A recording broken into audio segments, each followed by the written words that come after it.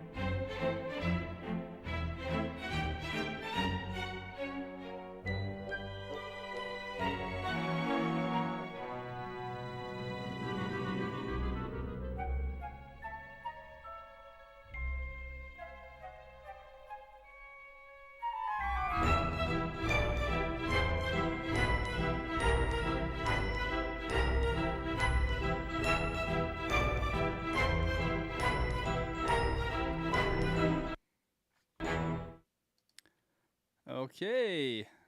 All right. So there we have it. That's the arrangement, and as you can hear, it's choppy on purpose. I could put some reverb on there, but you guys get the idea.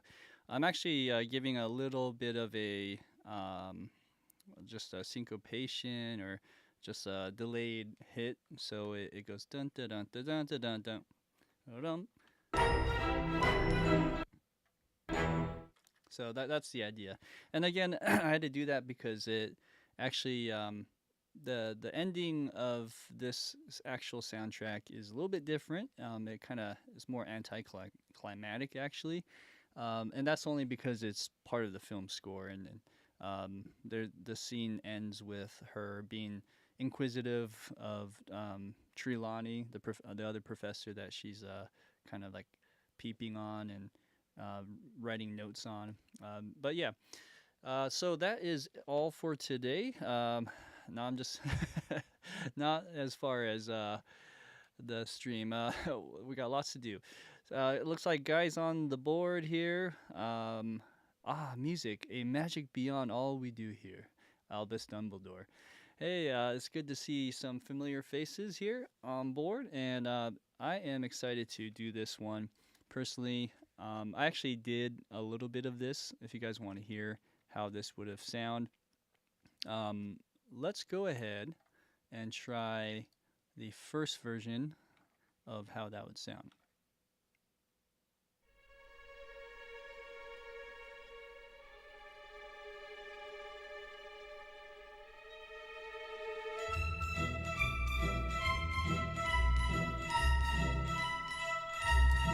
Let me also mute the other. There we go.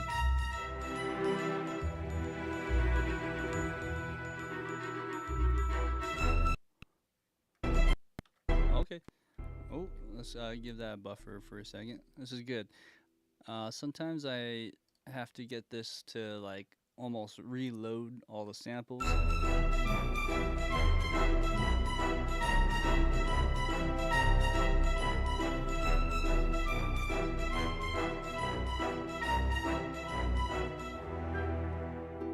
Okay.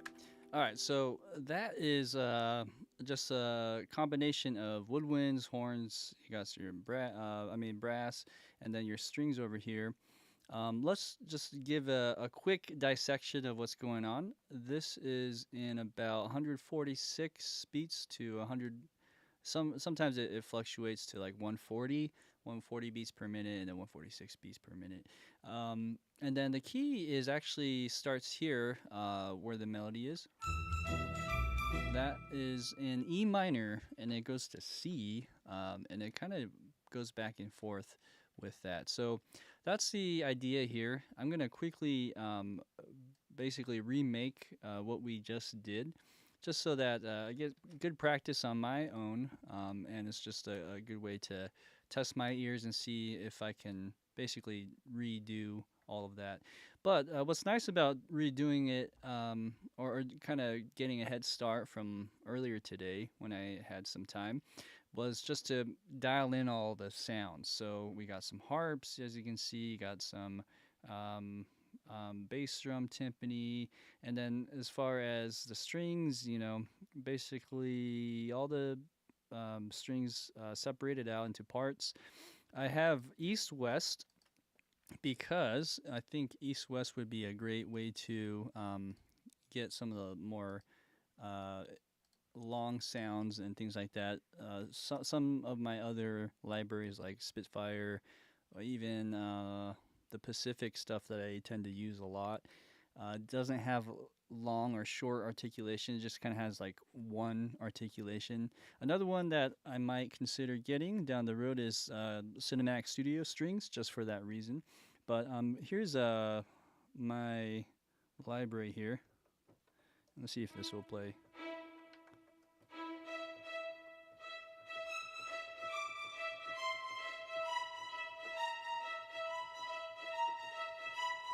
So that's basically that.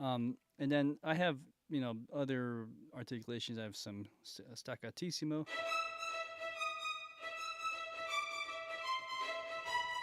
Sounds great. Some détaché. So my first thought was to mess around with that spiccato. See how short that is compared to maybe the staccatissimo. This is spiccato. Here's staccatissimo. And then here's staccato. They all sound a little different, so it's kind of fun to play around with that. That's the first thought, was using mostly the East-West opus, Hollywood opus for that one. And then I was going to also supplement that with Jaeger, which also has a few different shorts. And it's a little brighter. I thought it'd be good to layer that. Okay, so let's start off with the very beginning. As you can hear, there's like a nice little intro. I put some of the chords down already. As you can see here, we have notes that go upwards and then notes that kind of harmonize that. So I'm just going to go ahead and put that in real quick. The opposite notes here go a minor third below, and then it kind of goes the opposite direction by a semitone, and then it goes back to, I believe, A. So let's see. Is it a semitone? Let me double check that. And these are tremolos, so let's make sure that we have that all selected, and also put some of that MIDI in there. Let's actually do this. Let's do it one at a time. So I'll do the top voice first.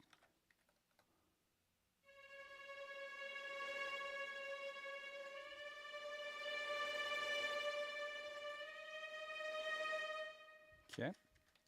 And then here's the bottom voice.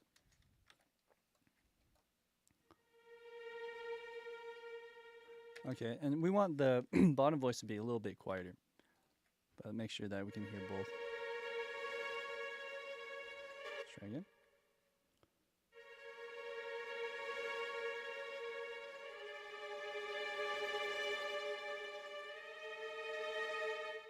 Okay, so that's it. Let's listen to the original just to double check. As you can hear, the phrasing's different, and that's just going off of my personal taste. I guess was to go to do a little bit more growing in and out. I don't know. Maybe I'll just keep it like that. More of an artistic choice. Okay, so I liked it. I like it the way it is. It could be a bit expressive, so maybe let's just put that down in the volume. Okay, and then this is where the melody comes in. There's a little pickup note. Before we even do that, though, let's add the boom chucks in there. So the boom chucks come from bass. So we have this line here. It goes boom, boom, boom, boom. For some reason, everything's not playing unless I move my my faders over. And of course, this is too low or too high. Now it'll be in the right spot. Let's make sure we're in the right register. Let's listen to the recording. Yeah, okay, so this is the right register. So what we're gonna do is we're gonna go like half notes, I believe. Like that, and it's probably an easier way to do that. Okay. I'm going off of memory here, but it's something like this. And then we do it again. So then you have this idea with the cello and viola doing something similar, but with the opposite beats. So let's find our pizzicato, and we're outlining, as you can see here on measure 6, we have a E minor chord.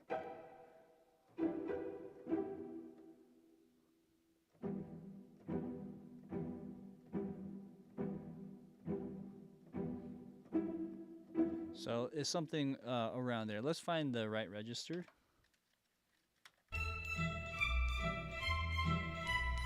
And there might be bassoon in there too, I'm guessing. Okay, so we have this voicing, and we just have to, I'm going to record that. Let's try that again. Let's see, make sure that that's good volume. Let's go 2 bars, like so, and here we go.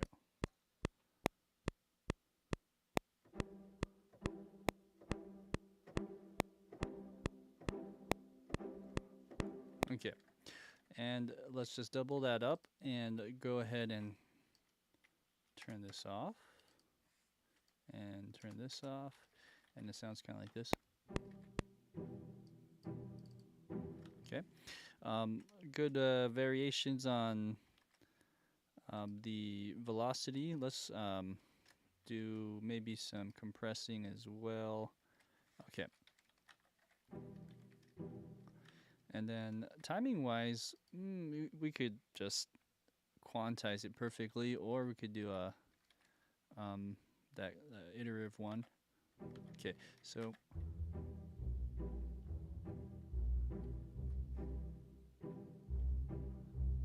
okay, so there's that boom chuck sound that we love so much in classical music. And then let's listen to the chord or the voicing of the viola cello plucks here. Okay, so as you can hear, it only hits it once, so cool. And then we do it again. So it would be easier just go like this.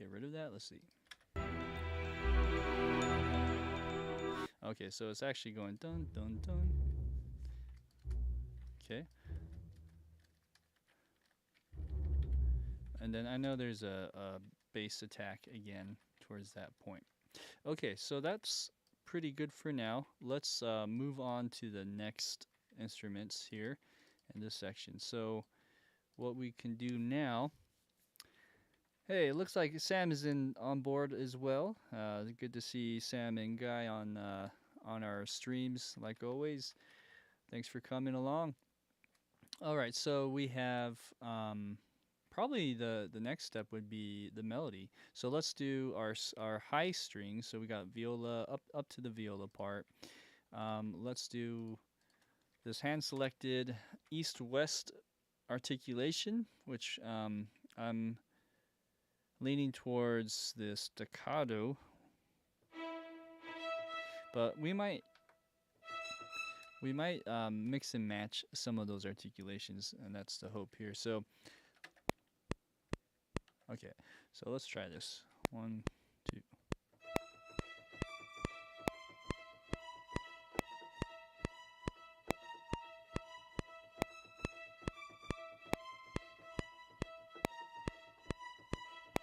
Ooh, all right. Got a little shaky there on the end. So I think I was having a brain fart. What do I do on the second half? That's what I was thinking. So let's re-record this part. A little more accent.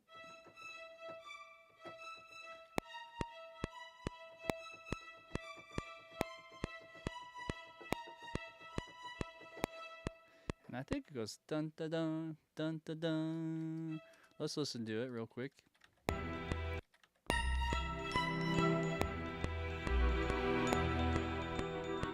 It actually goes on the beat.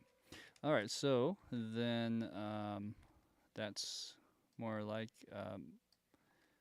the rhythms. As you can see, some of it pushes and pulls. We want to keep a little bit of that, so let's make sure we're in the triplet grid. I'll do a little iterative quantizing here. So here we go. This is just one violin 1 for now. I think I recorded myself twice on this note. Okay. All right, and then the other thing is maybe some accents on this B flat. Both of these need to be a little louder. And some of the quantizing unfortunately got messed up. So let's fix that too while we're here. Like that. Okay, and then let's try it one more time. Sounds good. Let's bring this in to the mix. So now we're going to introduce violin 2. And they should be both on staccato. If not, let's put it in now. Okay.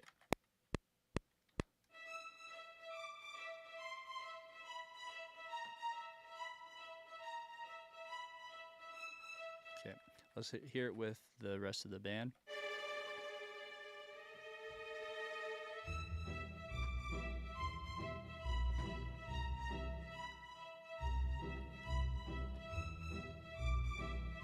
Good. All right, so it needs a little bit of energy on some of those notes. So first off, are we in the right volume? I think it can go up in shape a bit, so let's try a bit of that. It might just be CC11.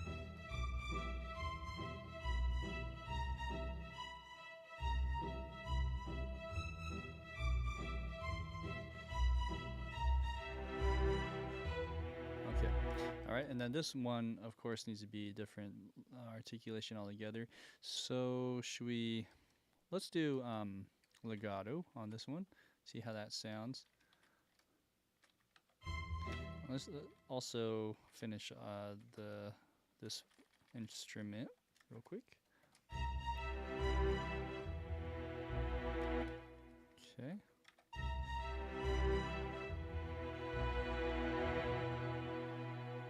All right. Except I didn't record over that, so let's fix that real quick. Let's try again.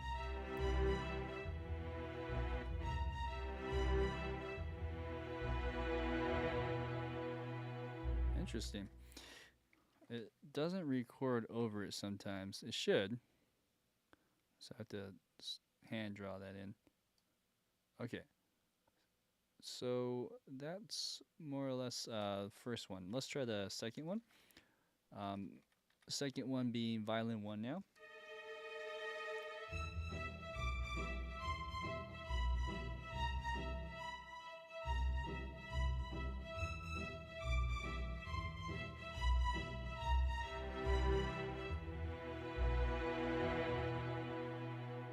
Okay, and we might want to... Sorry, I want to say...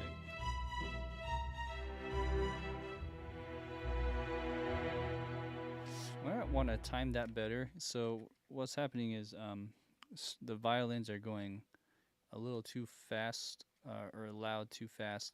Needs to be a little bit timed more with the cello there.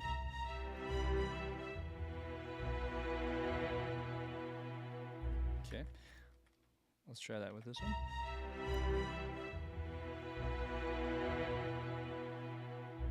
Okay, all right, and then what I was saying is I think this harmonizes. So I think one of these notes should be probably on E.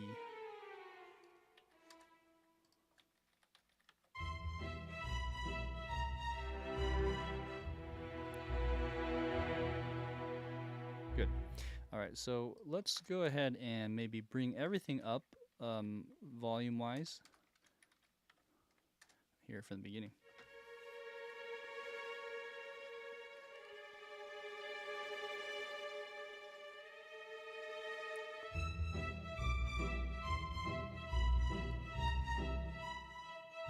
Good. Okay.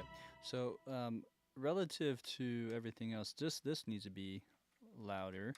And then I do have the plan of layering this. So let's go ahead and pick this one as our layer. Because this is doing both, let's go ahead and make this play two of those notes. But that's loud. And this one will be quieter. So let's try it.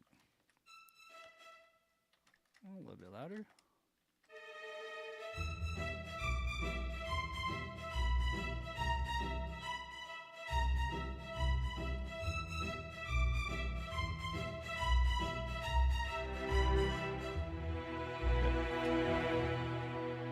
Okay, so yeah, it's a bit expressive. We can tweak that.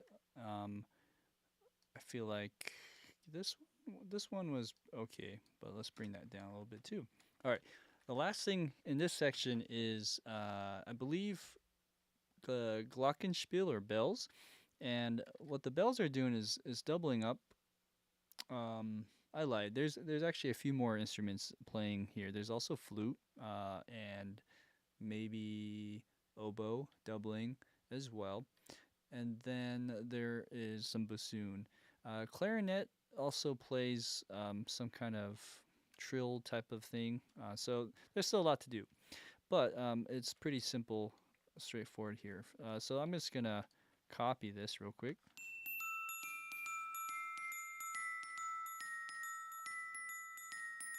That's more or less the same. You're playing the same stuff. The only thing that's different is the very end.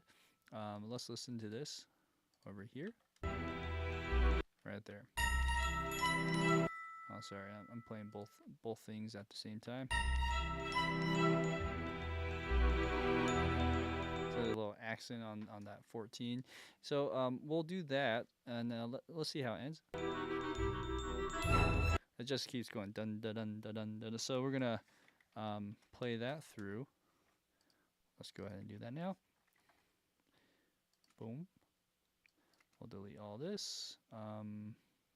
This might work for the most part. Let's delete that part. Okay. So all we need to do here then is maybe I'll quantize this one. So we have this going dun dun dun dun dun dun dun dun dun dun dun dun dun dun, and then this note needs to be louder than the rest.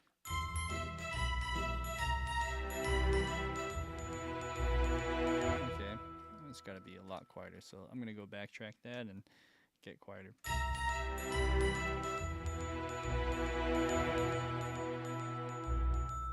Something like that. Now we could also just bring some of these velocities down. Oh, interesting. For some reason, the lower velocity sounds buzzier and brighter, like it rings more. So let me do this instead.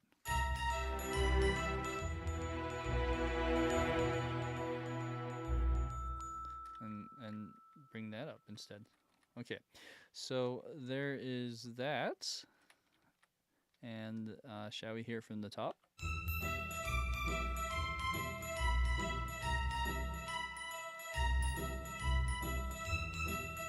Sounds great. I'm just gonna compress some of that. Also, there should be a little bit of an accent on these notes. So let's go ahead and push that a bit.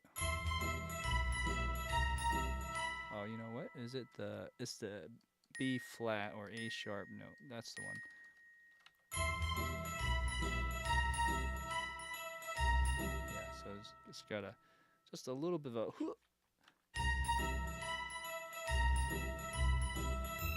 yeah, even maybe the first note too. Dee dee da da. Cool. Anywho, that's the gist of the bells. And is it loud? It could be just a hair bright, so I'm gonna bring that down. Okay, let's go to the flutes. So what I have here is Cinemax Studio Woodwinds, and I'm going to just change any articulations that's needed. So this one is staccato. I think we need a shorter sound. Sometimes I have to play it twice for it to kick in. Okay, good. And then again, maybe exaggerate a bit more of these notes that are needed to be brought up. Okay, and then the last note was this one.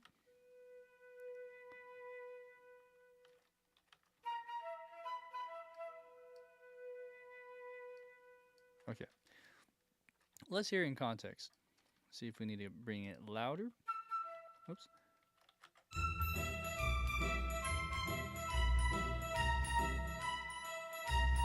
Sounds pretty good to me. Yeah, let's keep that going. And then the oboe was the other one.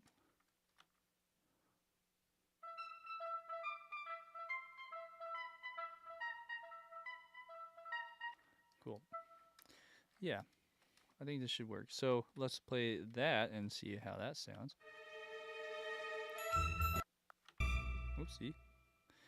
It just clicked.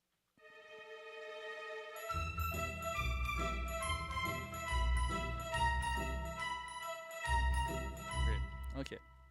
Really liking the sound already. So then we have bassoon doing something. And let's hear what bassoon should be doing. I think bassoon should double up with the boom chucks. So let's pick the cello one first. Do that. Oh, hello.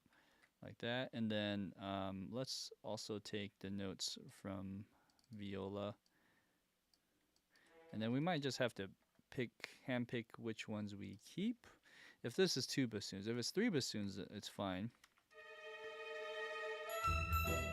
Okay, let's listen to shorts. Cool.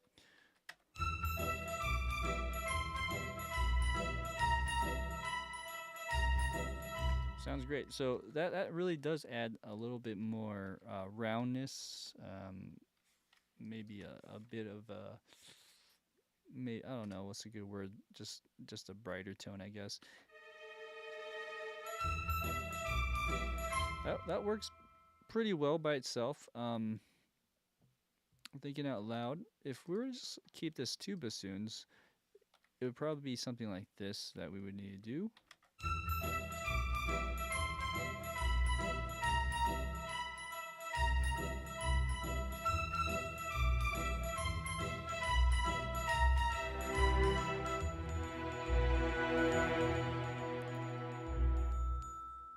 Okay. All right. And then the last thing, and I probably should just pull this in because this takes a little bit of programming. But since I already got it done, I'll just play it for you. So we have, let's listen to this first off.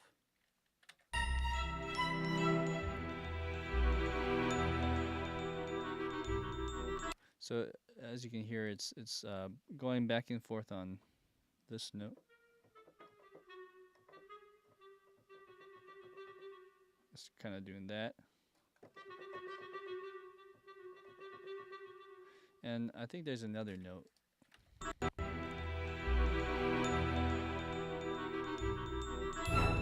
Right, and so let's pull those in so we can see what it looks like. All right. So I'm just gonna do a quick cheat sheet here, and it looks kind of like this. So it's doing the note that I played, but it's also going a third below that.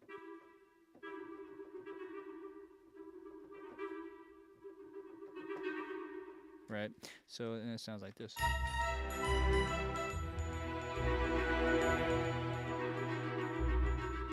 Right, I kind of like the thickness of these two stacked together. That's why I did that. But maybe one of them should stand out more than the other. So maybe this gives more room tone, and we just bring that slightly down overall. Let's try a little more like this, and hear how that sounds.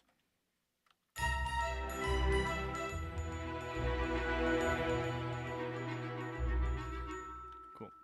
And over here, maybe I'm going down a little too much, so let's see.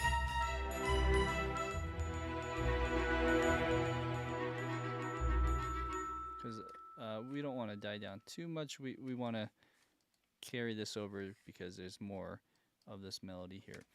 All right, so that's the first little section. We got that done. How much time are we looking at here? It's now 8:40. Great. Okay, so next is, let's see. We basically can copy and paste this string part. So let's go ahead and do that. And what we have here is the horns and brass, everything else coming in here. Although, let's see, did I do this right? I don't think I did that right. Let's go like so and like so.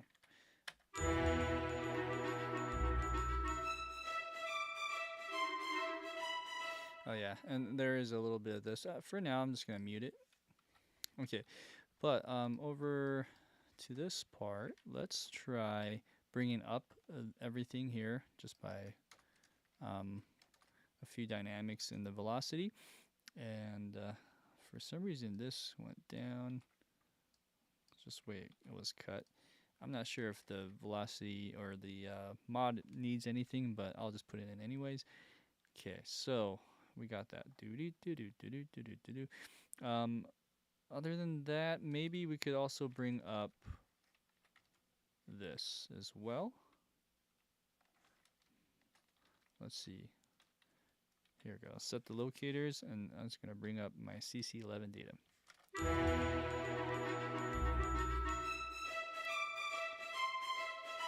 Okay. And let's see. What else can I do to make this louder? Maybe bring up the CC7 data. Just a little bit more intensity there. Okay. All right. So then we have to basically put in the rest of that section. So what should we do? Let's go ahead and finish the phrasing here. Let's listen to the actual recording.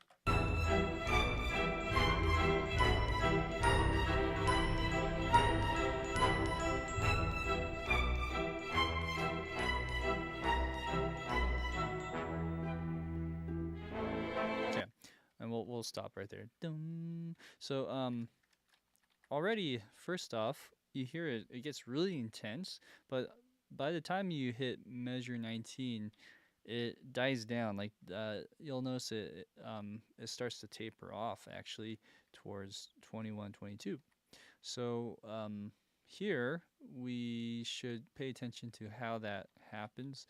I think timpani comes in and then it kind of just stops all of a sudden around 19. So that's really interesting.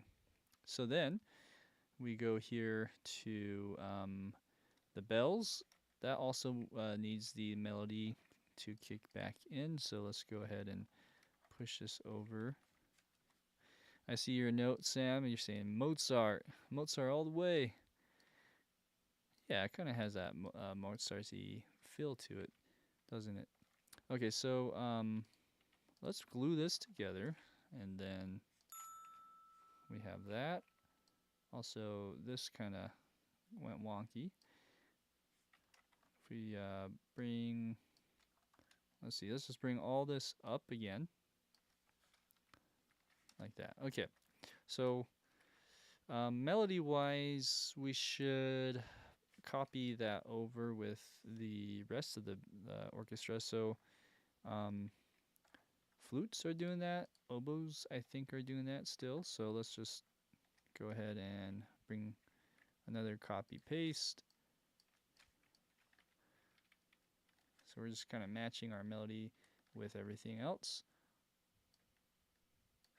And then we're going to have to change the ending for all of these too. I'm doing it all here so that we can end together. I think that's it. Okay, so all the melody elements are here. We're going to go ahead and highlight all of these guys. And the way it ends, I'm going to solo that. It should go, maybe I'll play it.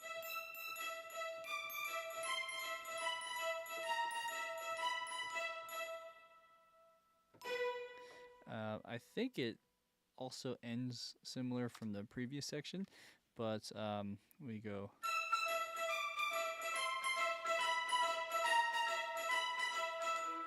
Something like that, right? Let's listen. This is original. Okay, so maybe, I almost hear one note from the woodwinds, or it just drops out completely. Yeah, so it drops out completely. So what we can do is we can delete all these guys, and then I hear a flute coming back in, and it's just going. I mean, it could be oboe as well, but basically it goes bum bum, something like that. Let's bring that up. Let's listen to the original.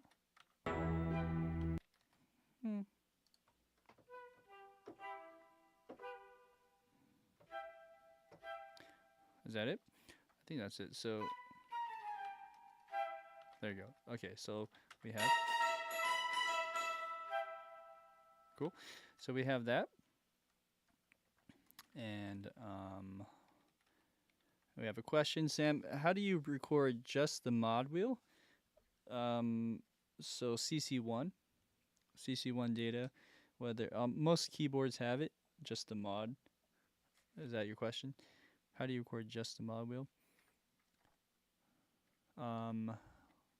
Let me know if that was answering your question there. So after that, I think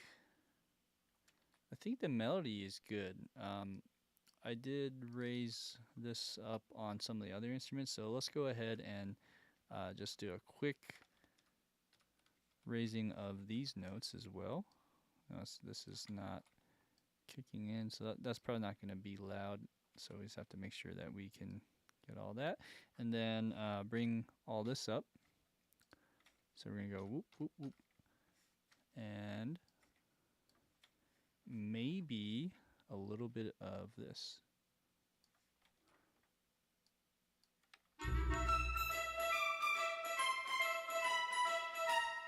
Oh, That's a great question. So Sam is asking, how do you record already recorded MIDI? Um, so you have to set up your Cubase preferences a certain way. I'll show you real quick. So you go to where do you go? You go to record on this tab in the preferences, and then you go to the MIDI. Over here, there's this little drop down. It says replace recording and editors. Just do controller. You can do all, but I think controller is better. And then press OK. Once you do that, make sure when you're in the key editor, whether it's the big one or the small one, just make sure that this button is pressed. It turns it red. And this is the record and editor. Once you have those two things set, then you can record over all your MIDI. Not just mod, but everything. And any MIDI data. As you can see, it doesn't always work. Sometimes it gets a little wonky. Like it like partially does it. But for the most part, it will work. Okay, so let's go ahead now and go to... yeah, I think I got the melody in the right vicinity for volume. Let's go to the bass line, the boom chucks. So more boom chucks for our second melody. Okay, the only difference is we're going to make all of this spiccato instead. So let's go ahead and highlight, select spiccato, and spiccato. Okay, there's that, and then this we could probably just delete. Okay, let's listen. Okay, and then we need to bring that up also louder. So either in the velocities, like so.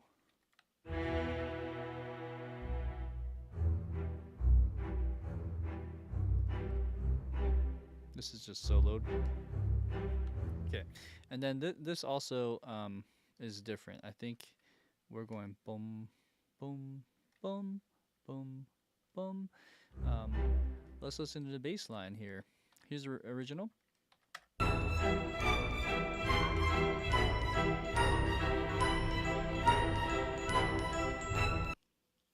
I heard a little pause. Okay, so slightly different. Boom.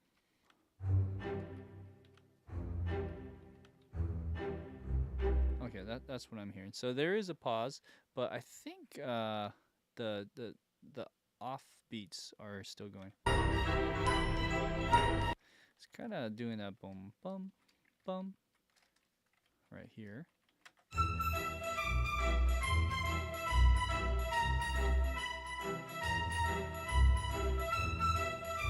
Okay, and then let's just listen again.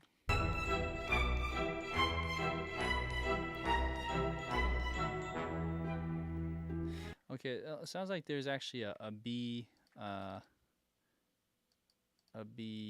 chord on this beat, I believe. So C, B, E. So let's do that real quick.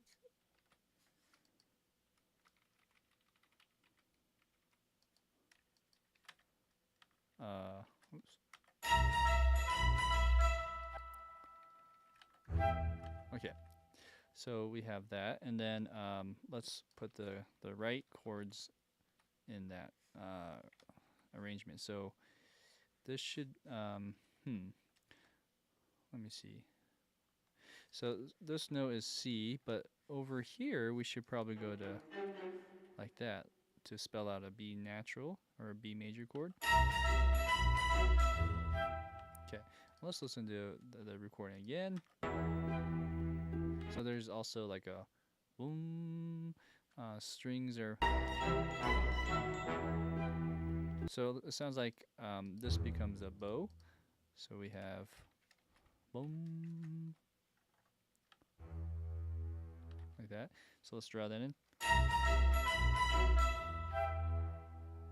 Let's try again. Yeah. Yeah, no problem, Sam. This kind of stuff really does help a lot. Yeah, it saves so much time. Then, if that's the case, over here, do we maybe with cello? Let's also do something here for that. So here, let's go. That might be too much. Maybe we just well, let's hear it first.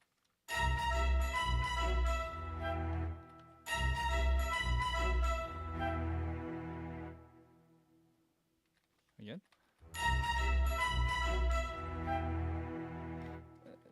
It's good. We just need to dial that back down a bit. So like this. Go like this. Oh, set the locators a little further. Okay, so let's dial that back down. A little bit more. Okay. All right, so now let's pull in the big guns. The big guns meaning our tuba. So we have tuba, bass, trombone, doubling what the bass string bass would be doing here. So let's go ahead and do that now. Let's see. There you go. Okay. Now we'll have to change this, of course.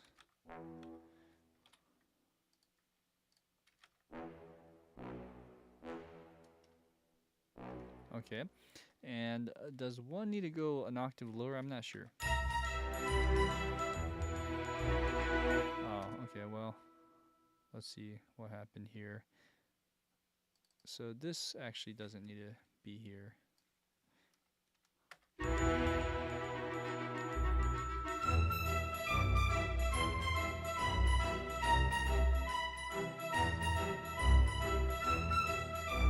Cool. Let's bring up the volume just a tad, and I'm just gonna play around. I think I said octaves, but now that I see this is a bass trombone, let's just keep in the same octave. Okay, great. So we have that. My memory also serves me well towards this part. We have to add a little boom chuck as well. So let's add a boom chuck here real quick. Yeah, so let's die down a little quicker. And then let's bring this note in and this note in as well. Let's see what else we have. This one and this one. Cool. The reason why I want to do that is so that when we add the trombone and bassoon again, let's just do that now. Then it all copies over really quickly. So let's see. Let's bring this up. The only problem with this is, as you can see, it's kind of inside of this articulation still. So you got to be really careful with key switches. If you're using expression maps, you kind of have to find ways to transition it. Like you have to solo it. Make sure you solo it and listen. And it just sounds good. If it sounds good, then it works. But most likely programming will mess up some of that transition. Seemed okay. Okay, so now what we're gonna do is we're gonna double up the trombone with this line, this viola and cello line. So over here.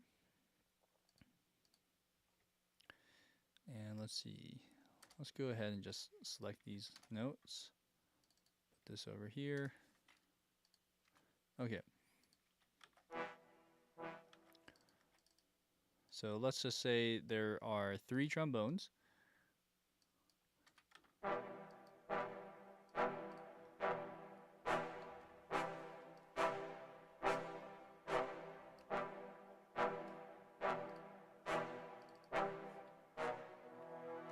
Okay, cool. So, and this also, we could probably fudge that a bit. Oh, it's saving. There you go. Okay, so, really quickly, kind of do something like that.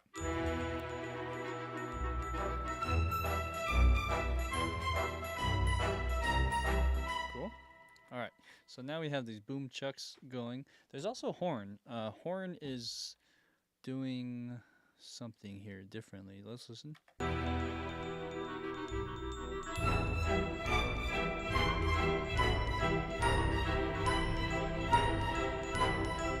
You hear how it's like doing a pad for just a brief second? So let's add that in now. So we have, and it's a different voicing. I think instead of going like this, right, like what the trombone would be doing. Let's see. Trombone is this voice. So with horn, it's not doing that. I think it's going like a. I don't know if it's going an octave higher. Let's see. Sounds like it's going an octave higher, actually. So it is the same voicing, just an octave higher. I mean, technically different voicing, but let's do that right now. Okay, but there is a difference in what happens after. So, sorry, this is kind of wonky. I'm going to fix this real quick. Okay. All right, and then there's a pad. Let's listen to voicing and the chord here.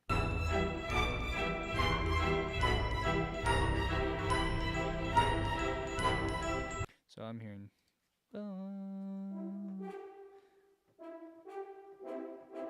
It's probably just going to C, E, G. Nope.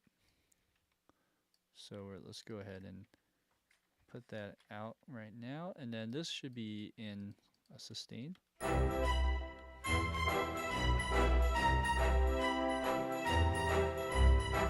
Something like that. Let's try again.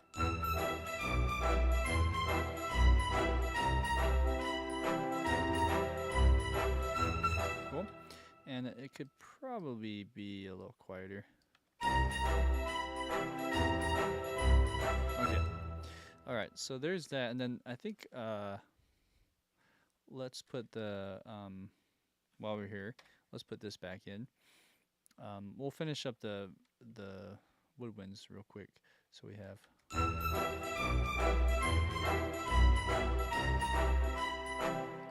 So this needs to be louder.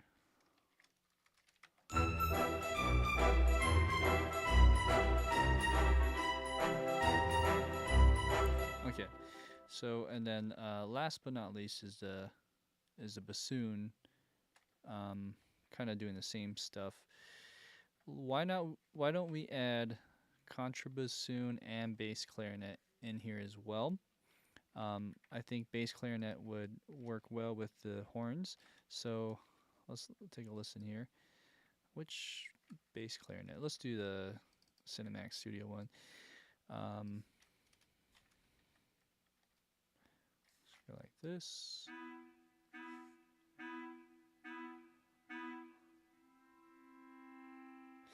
Now, if we do that, there could be two bass clarinets because down the road I was guessing something along those lines in the later part. You could do that. It's a little bit odd to have two bass clarinets. So but anyways, if we were to just do one, maybe keep the root. So that's not the root. This would be the root. And do something like that instead.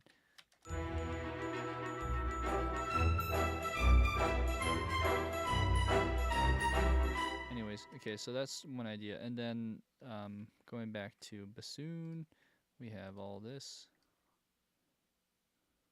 Doing that. Okay, let's go ahead and copy these guys over. Hey, Welby. How's it going, man? Not sure how long you've been on here, but thanks for watching, man.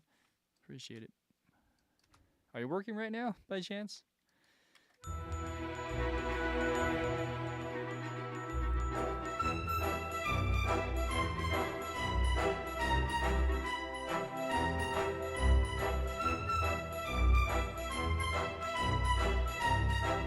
Okay, so since a lot of this was cut out, let's finish that off. Over here we have boom, boom. So this is where it turns to a B chord, and let's listen to the other stuff that's happening. Oh, I think I'm hearing bassoon now on here. Maybe we in unison play that. Whoa, hello. Let's try that again.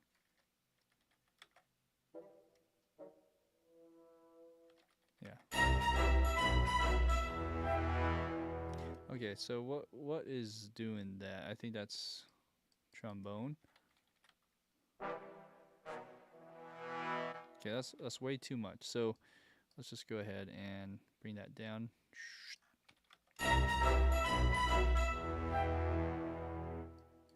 Okay. A little bit better. Okay. Cool. Now we have, I said let's bring in contrabassoon as well. So let's do that. I think contrabassoon would be interesting. Might not be necessary, but since we have bassoon doing this, why not add contrabassoon as well? Okay, it's a bit low, so let's bring it up an octave.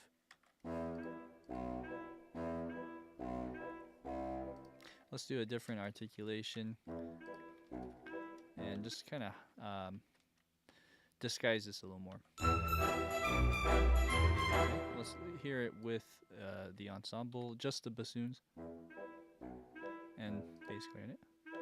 Okay, so I think the bass clarinet articulation is off. Let's go staccatissimo on this one. Okay.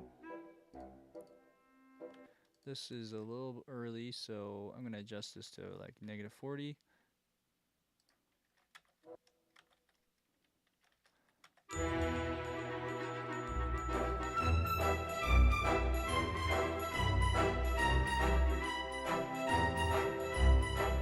Cool. I feel like I need to extend that out. That sounds more natural to me. It's alright.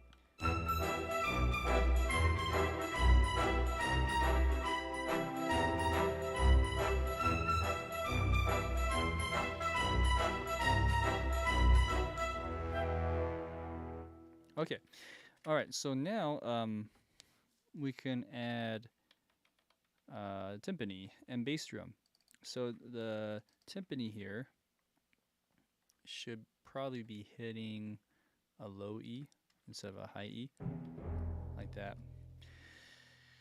And let's go in boom. Let's see. Let's listen to the recording.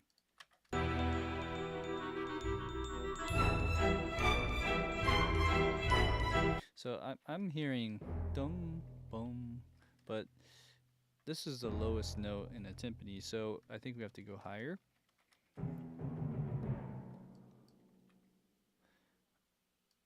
And then here it should be C.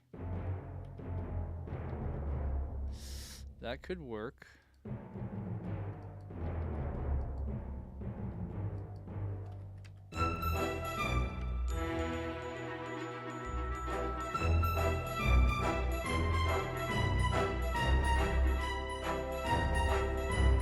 And it's actually going E. Okay, so oh man, this is hard. In timpani, this would be like the 32-inch kettle drum. Not I don't think you can play that on a 29-inch, unfortunately. So if I were to be playing this like with 3 kettles at least, this would be a 32-inch here. The B would be the 29-inch, and the C would be a 26-inch. That's probably what I would do. So then, but well, and no, this is not John Williams. This is Nicholas Hooper. I was gonna say John Williams always has tricky bass timpani notes with the pedaling, but I don't know. This this could work. So let's just go C and then E, G. I'm just trying to double up the bass line here, but I don't know if that would be necessary. So let's just do those 3 notes.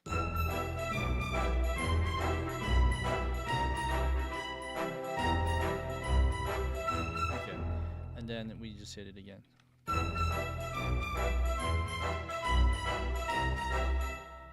Okay. Now let's look at a tuba real quick. Tuba is going E, C. Okay. Yeah.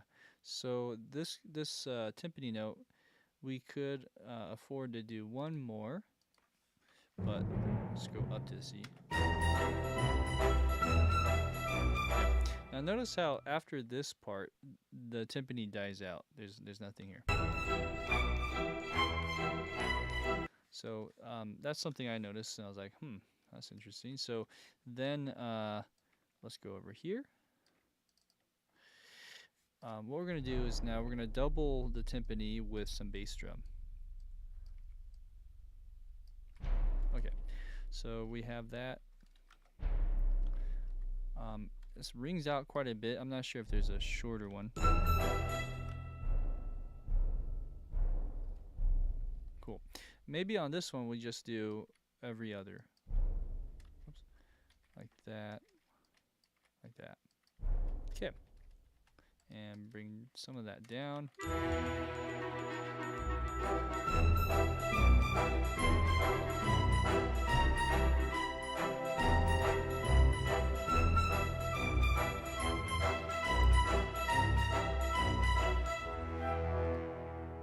Okay.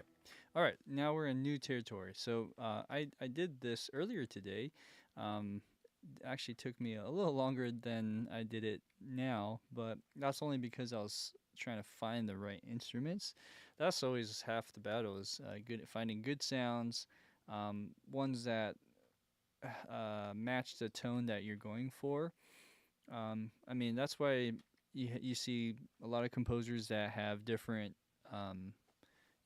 variations of sample libraries, same instruments, but just different tones, and that's what I've been learning too. Some soundtracks have more room tone. Some soundtracks are brighter.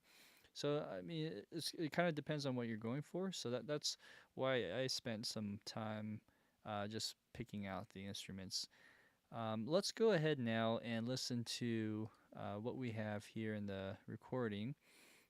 Actually, before I do that, let me just play this sketch.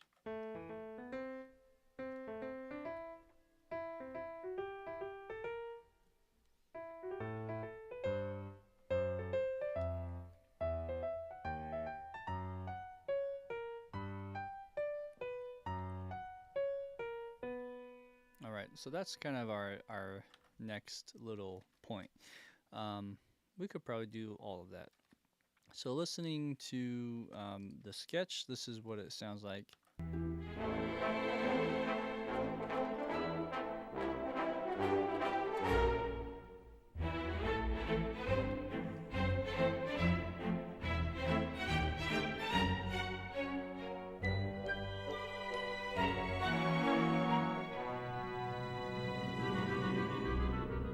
So that little clarinet thing is basically the same, except it goes up. So so that'll be easy. You can copy and paste a lot of that part. Let's start with the bass line. So the bass line is here. Let's go back. Okay. I did hear one thing that is missing in the previous section, and that's harp. I think there's harp playing clear from the beginning. Or not. I don't know. I could be wrong, but I definitely hear harp here. So let's go ahead and just do that for now.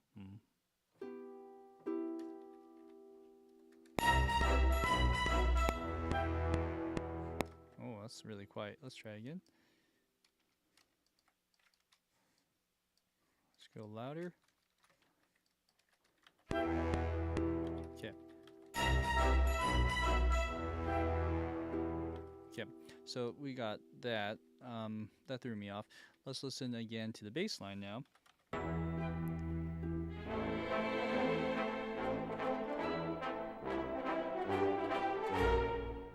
Okay, so I'm hearing down, up, down, up. So let's do that with the most obvious instrument here, which are the low brass.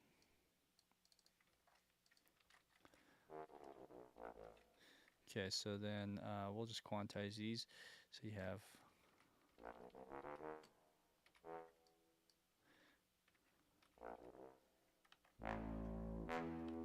oh, that's not staccato. Oh, it's the other side.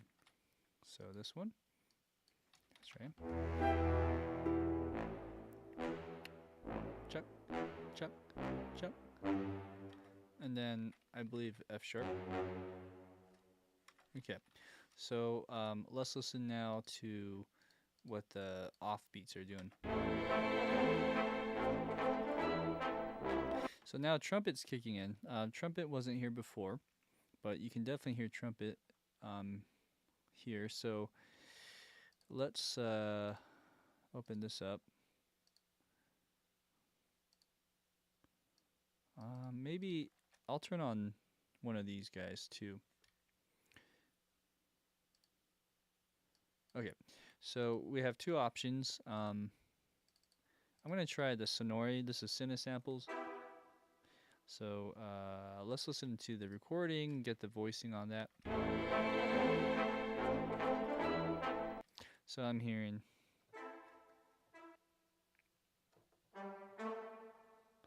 It's pretty low.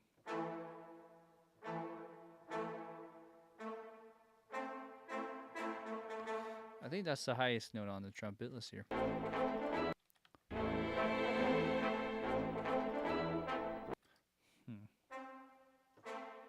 I'm hearing a C actually, so the highest note is a C. Do I hear any E? I'm not sure.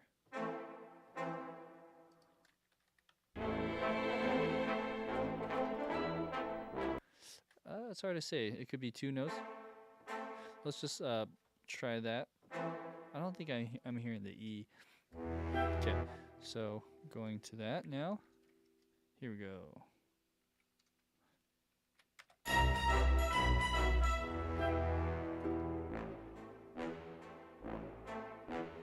Let's try a little louder.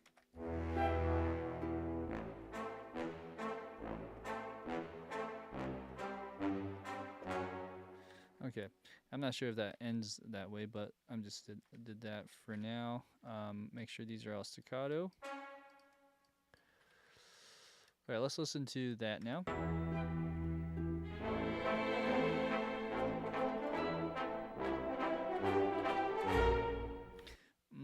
I don't think it plays anything, so let's mute that.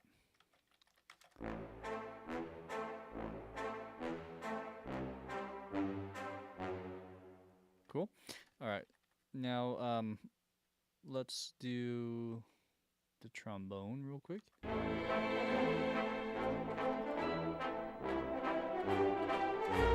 Okay, so trumpets are playing this, but I think maybe we reinforce some of that with the trombone.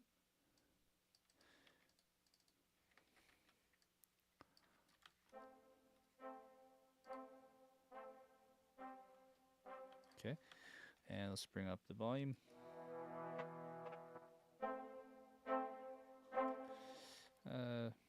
Let's bring this down just a little bit.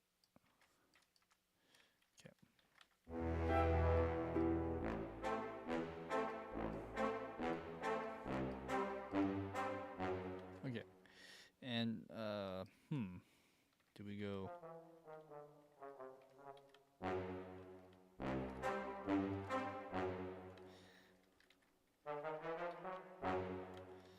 maybe.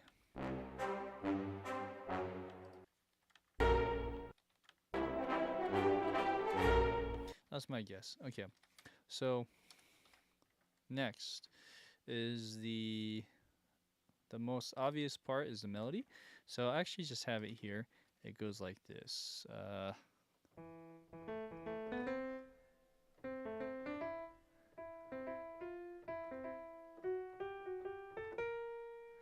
That's cool. And then after that, I'll just play this.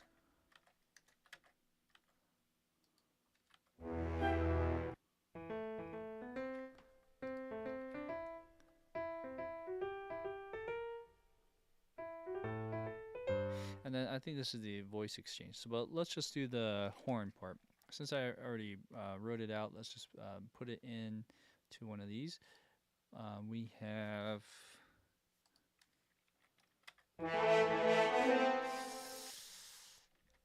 Not sure. Let's do the Jaeger one. Okay, that sounds a little better. We might have to put a little more reverb on it though. And let's dial that in.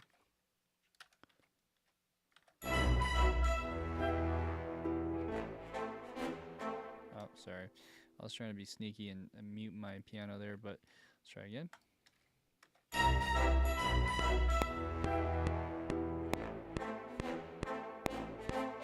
Okay, let's try again.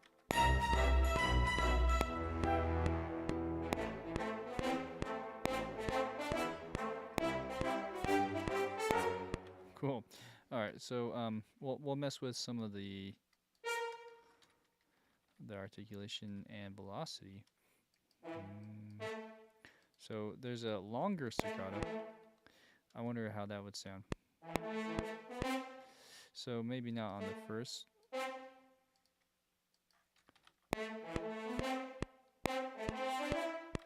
And if we did that, we have to maybe come in a little earlier. I like the second one on that. Let's just bring up the velocity. So right here. So this is kind of like slurring in a sense, but we're using different articulations. This one is staccato.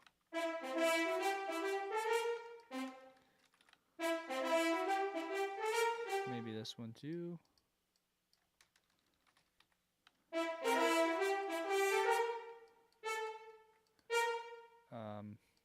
Yeah, I kind of like how it ends there.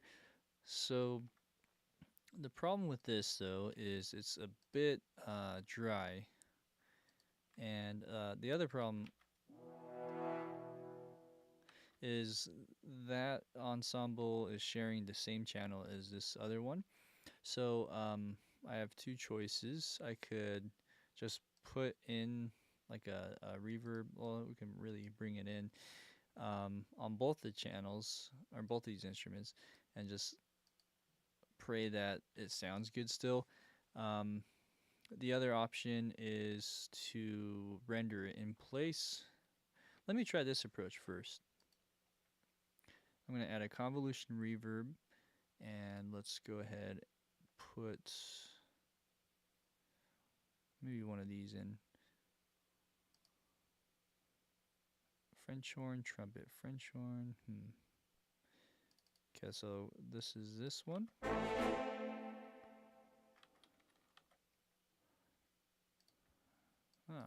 Can't hear anything. Here we go.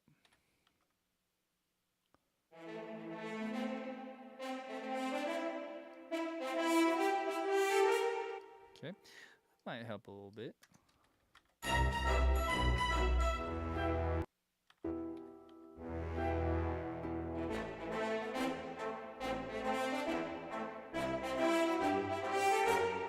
Okay, so some of those sounds, after taking a step back, it does sound a little weird with how big these are.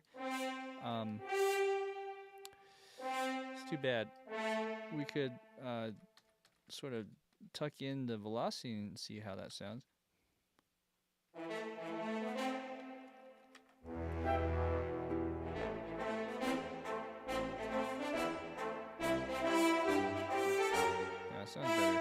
So I exaggerated that a bit.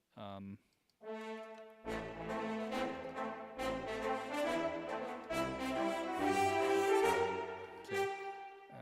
Let's see. Let's make this one staccato. Okay. Let's try that.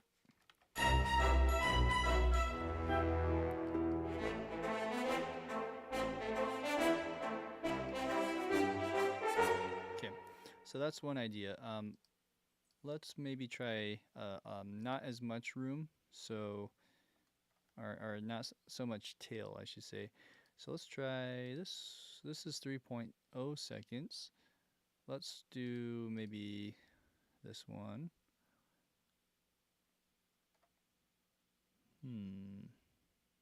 Natural solo instruments. Let's try the Burbank. This is super short. Gonna add a filter around here. Okay, let's hear.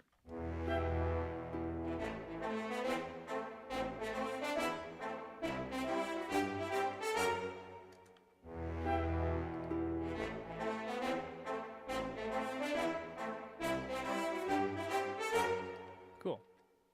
It'll sound different, you know, comparing it to the actual recording, but whoo-a-wee. Let's see here. Another thing we can try is going ahead and layering it with another ensemble, but making it slightly quieter. So like for this one, definitely have to go really short. Bring it down. Oops. And let's hear how that would sound. I don't really like it. Let's just hear how it sounds together.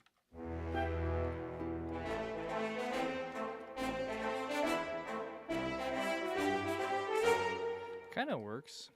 Let's try the other one here that I have. Do I have an even shorter sound? I don't.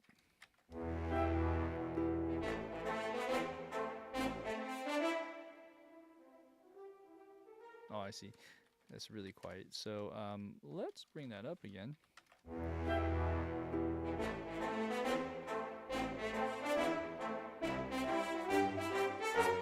Cool. Some of this phrasing will just have to be tweaked, but yeah, for the most part, I really like it. Let's see what else we have going on. So I think there's a bass drum here. Boom. Bum, ba-dum, ba-bum. If you guys know where this plays in the movie, this is where Professor Umbridge is, you know, kind of keeping order and shaking things up in the school of Hogwarts, and she's like walking down the hallway and making sure like their robes are nice and straight. And this moment is when like Malfoy and his friends are walking past her, and she like waves her wand, and you know, all of a sudden the robe straightens up.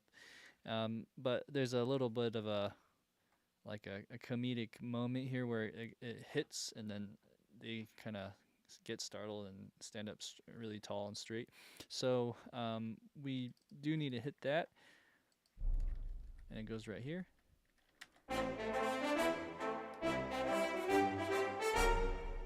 That's about right. We could probably go a little louder. Cool. All right. Maybe timpani too. Let's see. Here we go. What note is that? It's F sharp. So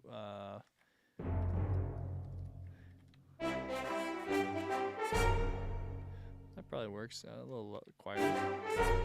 Okay. All right. So let's listen to everything now compared to the recording.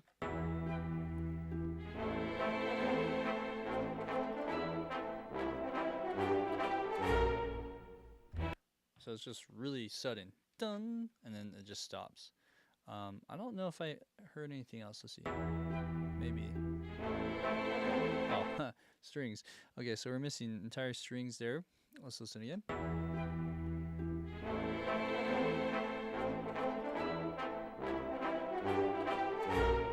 Okay, and the strings just play for that little moment. So Is there woodwinds? Are there any flutes or oboes too?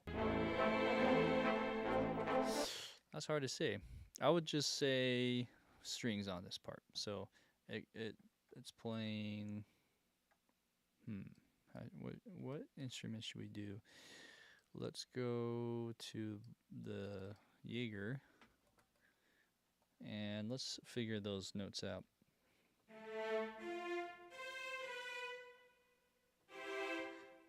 A minor?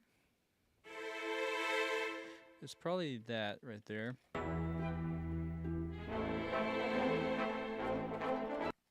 That's about the right voicing. Okay, so let's do that first. So we have boom, boom, boom, boom. Let's get rid of that. Okay, here we go.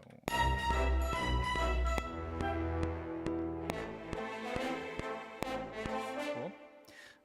Volume-wise, it could be a little louder, but let's keep it here until we hear the layered moments of the other two. So, this and this, and we have to delete all this. Okay, and one of these notes, well, I mean, we could split them with viola maybe.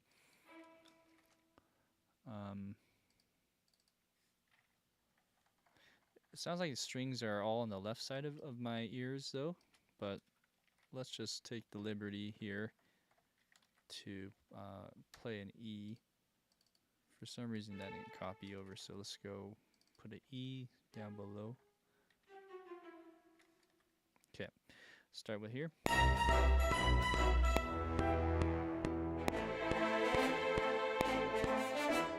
Yeah, it's already loud. Let's try it again.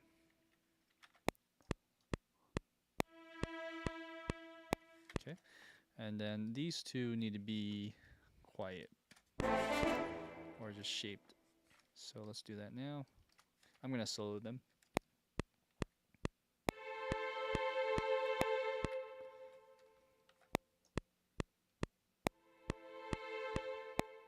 Okay, let's hear it together.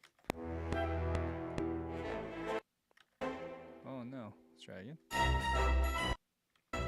Sorry, my computer is acting funky.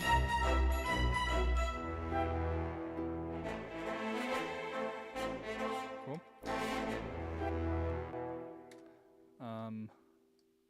Could be just it's really pushing everything, or I'm not sure. Let's see. Maybe it's because it's also playing unnecessary notes. So C.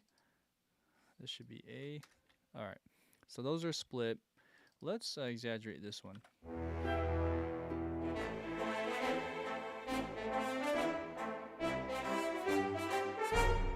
Cool. That's about right. Are we missing bass line for strings too?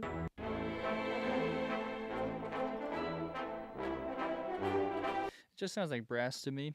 I don't think I'm hearing. This gives a chance for the string bass and cello to relax. So I think that works. Yeah. So that's it for now. So then, if that's the case, let's move on. Next we have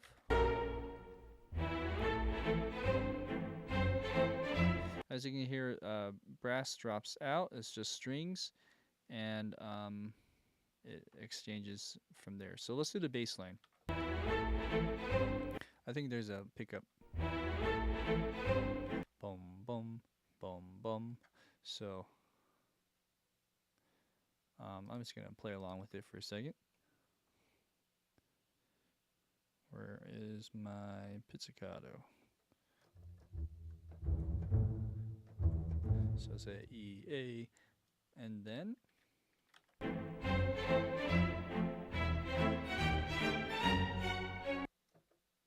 so we have this.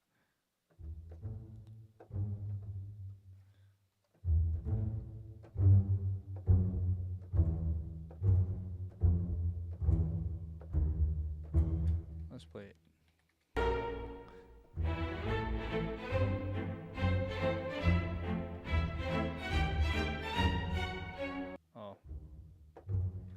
goes the F sharp there.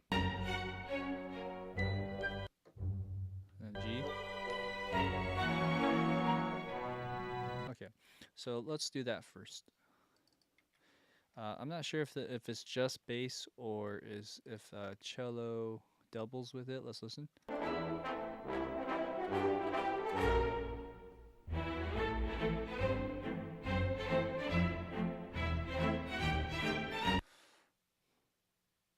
I would say maybe. I would probably just veer towards cello doing the chucks like before. Okay, it could be though. I'm second guessing myself here. All right, so bass line goes something like this. I'm actually gonna play it this time.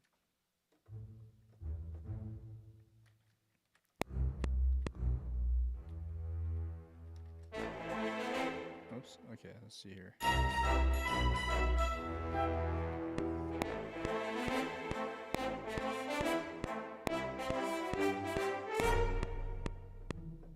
Oh, that was an octave higher. Do I need to go lower? Okay, here we go.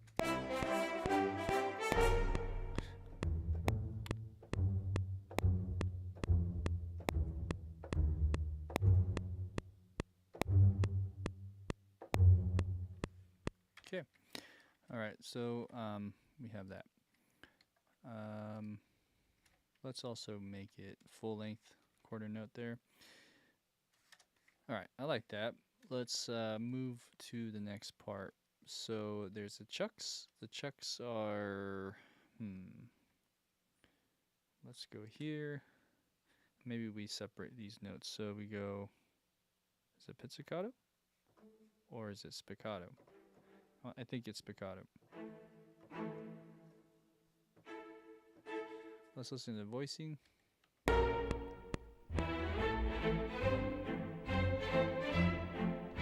So I'm hearing.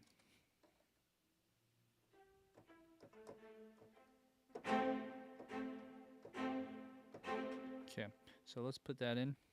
How many times? I'm not sure. Let's listen to that again.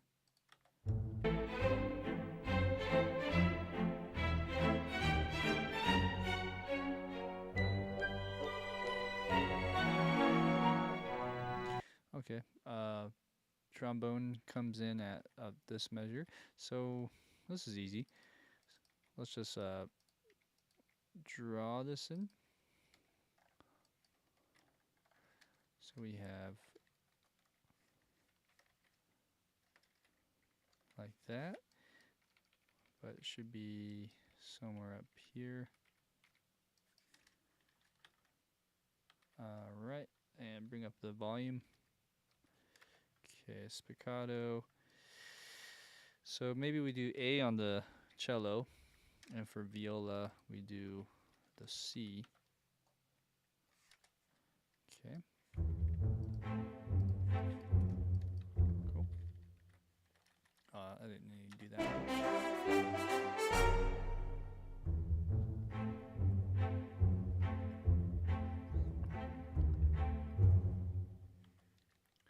All right. I think that's about right. There might be a note that gets changed. I'm not entirely sure, but I'm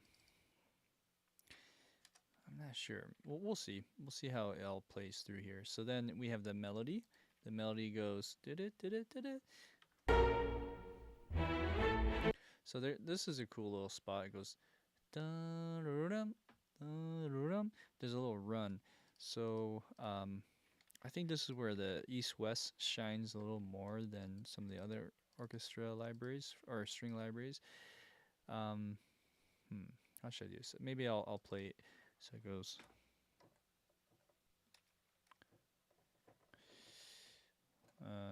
There you go.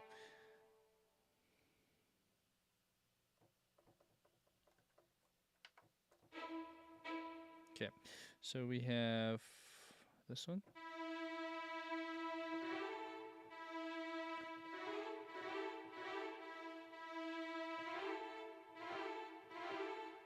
are we going? Let's listen again.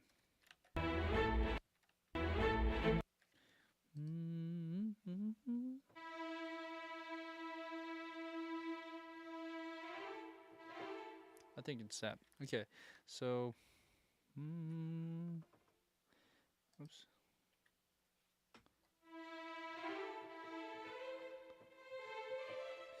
And it could just be, honestly, that part, but if I wanted to be proper about it, let's see.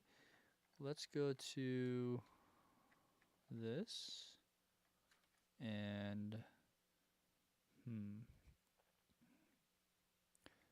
how did I do this before? I'm trying to remember how I would record over this. I think it's like that. And,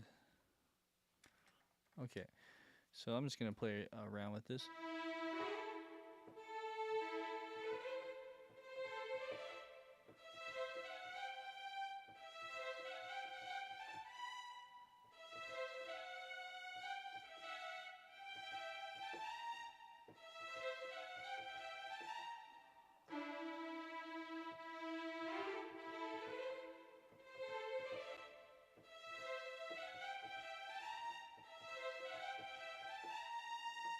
Okay. Anyways, so if that's the case, let's go here and slow this down just a bit. Let's go like 100.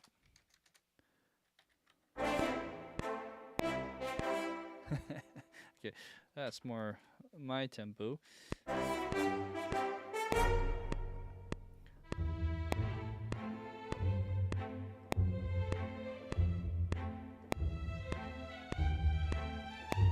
Okay. All right, so let's try that again. And I'm just gonna do on the slur run articulation.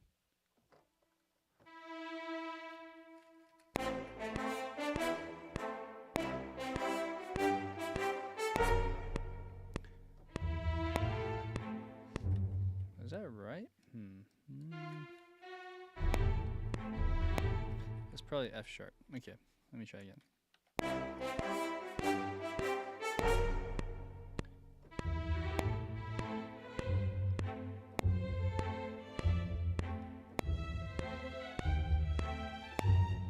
Okay. All right, so let's go back to the normal tempo, and we'll change some of the sounds. So maybe this one is marcato or staccato. Let's see. Okay. Timing could be a little bit better, but for the most part, it's where it should be. Okay.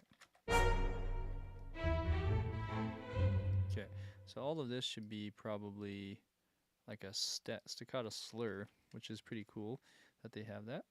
You know what? Let me try this.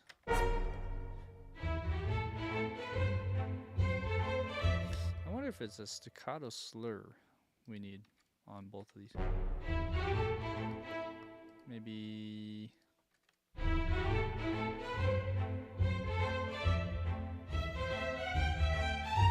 Okay. So for the most part, then that's just one voice. Gotta do that for the other one. Not bad.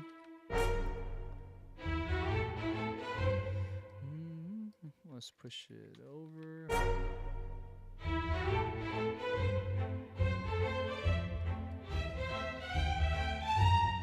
Okay, and we'll figure out what the rest of that is in a second. Let's do some shaping.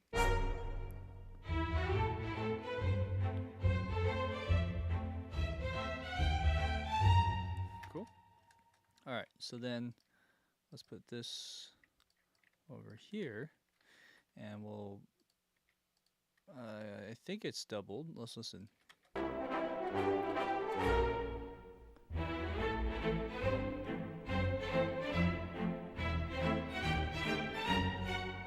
Okay, yeah, so there's doubling, and also probably viola, huh, or cello. This is very, I'm not too sure. It almost sounds like cello.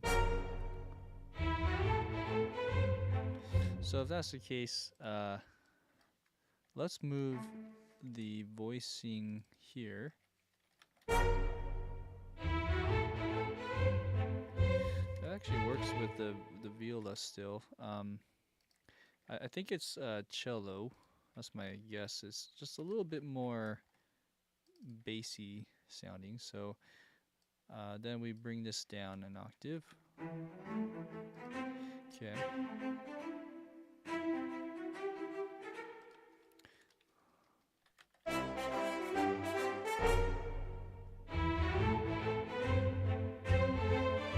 Cool. That works for the most part. Let's adjust the velocity a bit. Let's go a little bit louder. Hey, Emperor of Cheese, welcome. Hey, Kyodon, how's it going? Okay,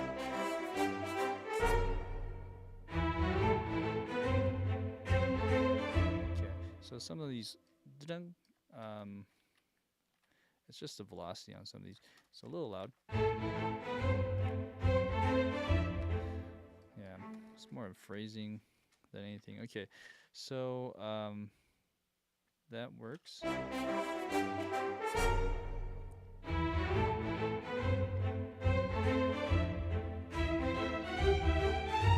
Okay, I think for the most part that's it. So let's listen to the recording.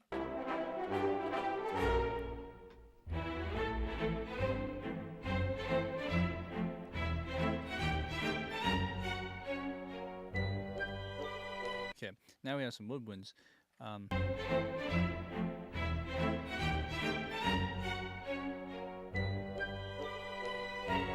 So I thought it was trombone, but I'm thinking it's bassoon actually.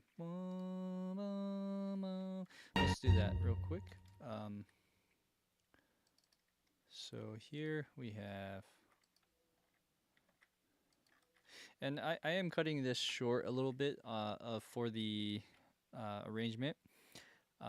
It's actually a little bit longer. I would say a minute longer. I'm cutting the very like last 30 seconds, which is just like these strings, tremoloing and things.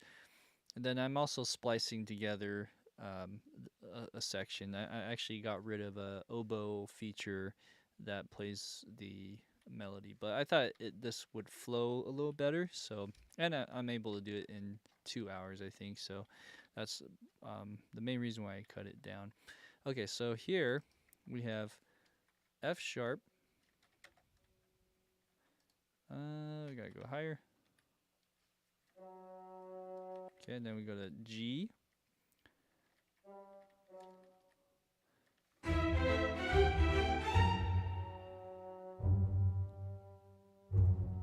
Something like that. Let me try again.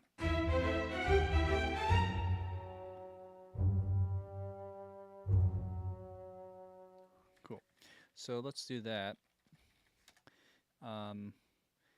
And let's look at what the string's doing here.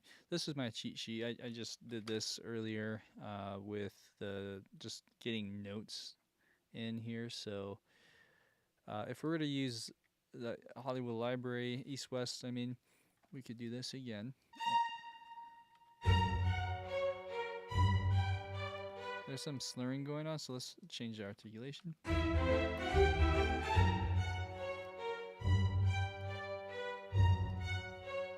Okay, so if that's the case, let's randomize some of the velocity even more.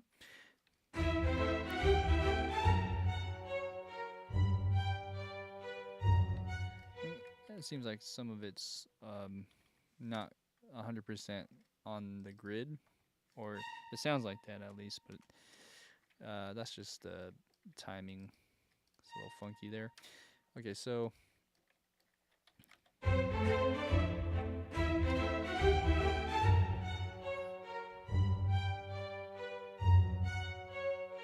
yeah, it's weird.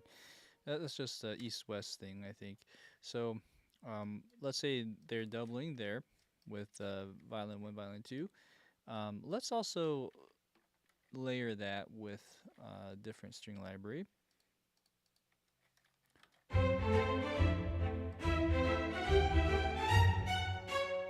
Okay, wow. Now this is really in front of the beat. And let's bring that down.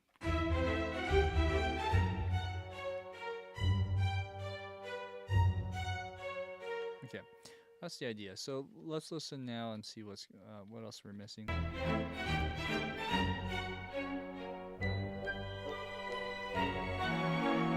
Oh, okay. It's it's exchanging, huh? And there's a bit of a decrescendo, so let's fix that real quick. So it's the opposite.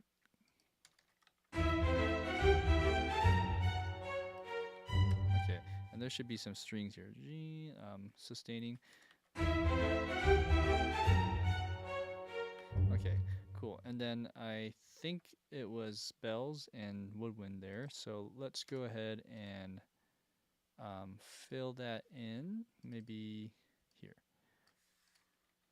Okay, so let's cut this and let's go to the bells.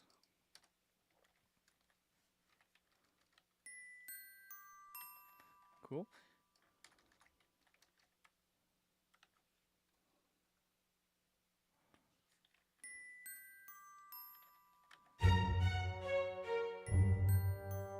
Cool.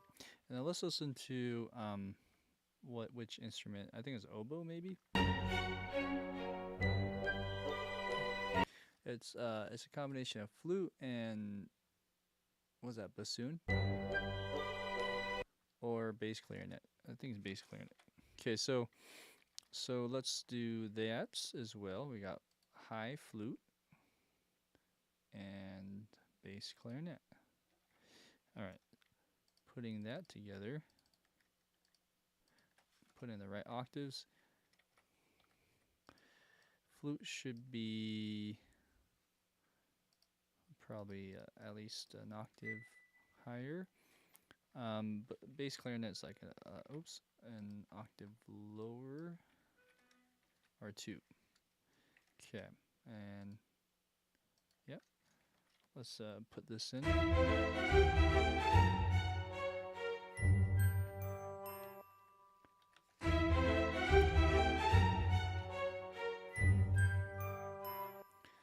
Oh, it could be bassoon. That was my first thought was that, but no. So I think it's bassoon or contrabassoon or something. Let's listen again. So what is that? I thought that was bassoon.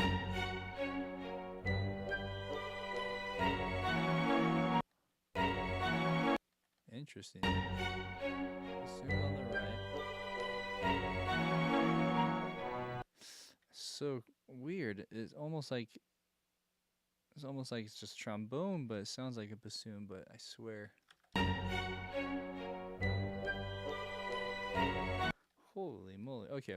So how should we do this? I would say I would say logistically, or if it would make sense, move this here, move this here.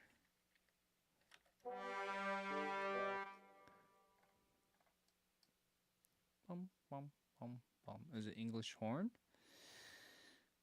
Could be. It's kind of. Yeah, because my bassoon is panned to the right. Let's try one other idea here.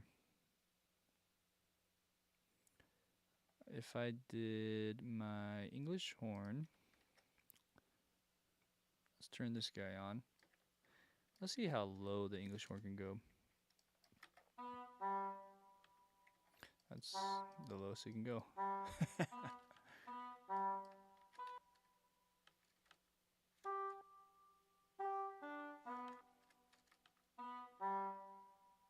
Yeah.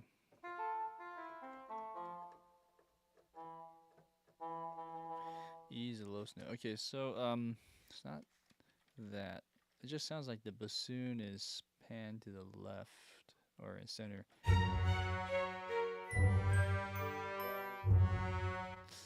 Weird. I'm just so confused. Okay. So the trombone then would have to be a lot quieter.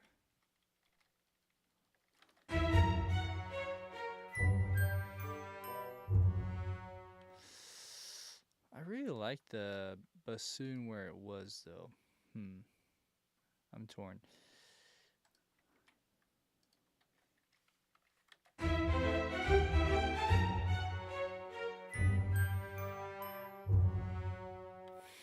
Okay, let's listen to the recording again. It could be the bass clarinet. It could just be super short. Let's try that. Okay. Let's just say bass clarinet. Okay, moving on. Again.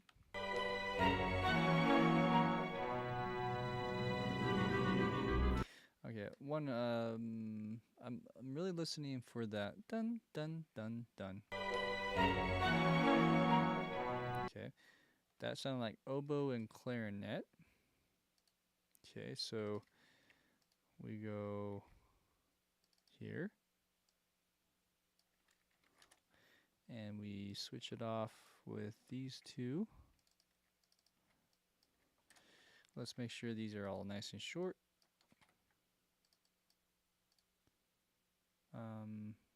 This one. Okay. I should probably do this one, huh? Let's keep it the same.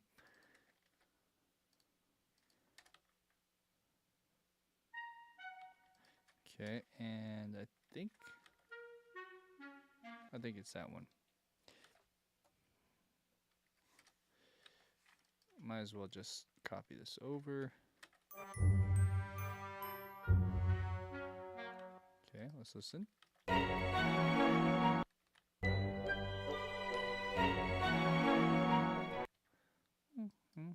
Almost sounds like flute again, too.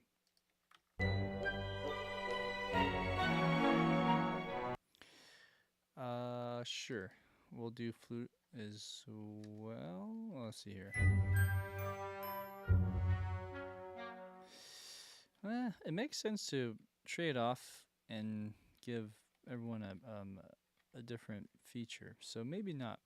It makes sense to do that, but maybe I'm in the wrong register.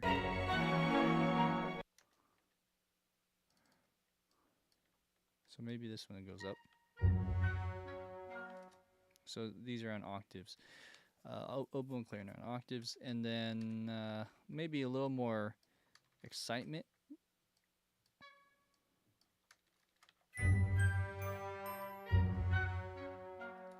Okay, yeah, that works. Let's do a little more.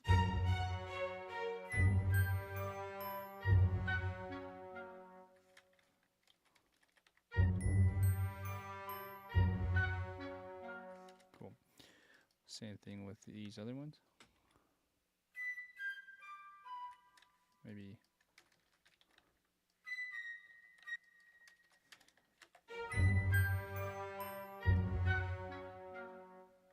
Okay.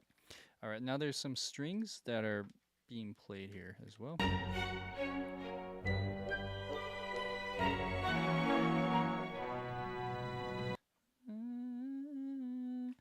Okay. Let's see. We have. Let's go back to the main one here.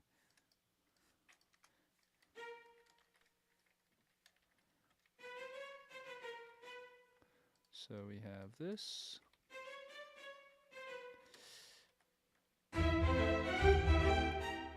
Oh, whoops, the solo.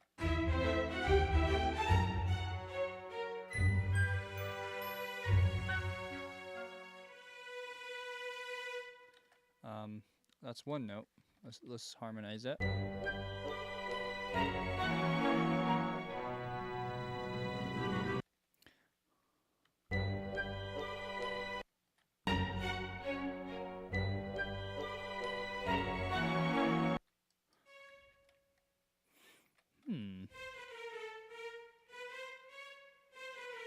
gotta go an octave higher.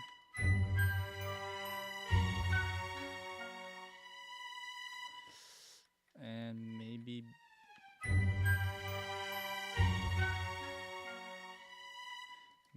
F sharp here.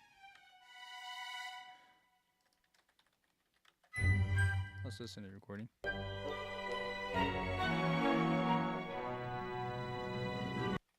Sounds like it's just in B on that unison. This could have an F. Okay, let's listen to this.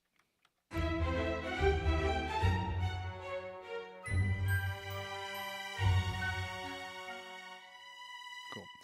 Alright, so I think this library has vibrato in it. It does. Okay, let's try it.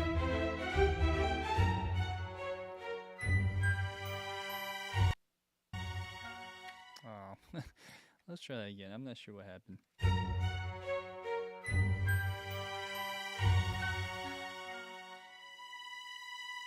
Okay, because it has vibrato there, I should probably put vibrato on this too.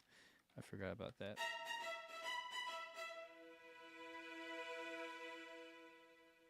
Okay.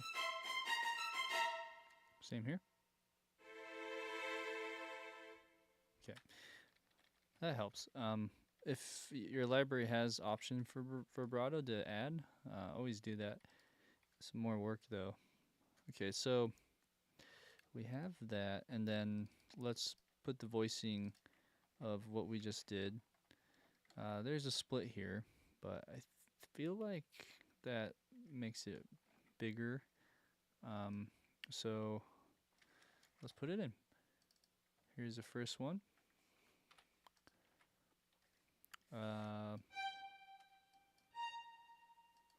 We'll split the top line, or violin one. Violin one will split these two notes. Well, actually, excuse me. No, let's split it on the violin two actually. So top line is doing that. This doesn't have vibrato, I don't think. Let's see. Yeah.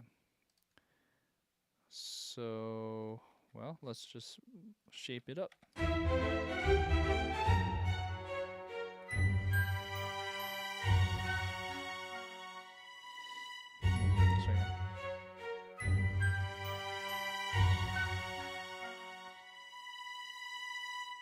Okay, that's the idea. So then you do that here. Let's get rid of this first. Oh, so like that.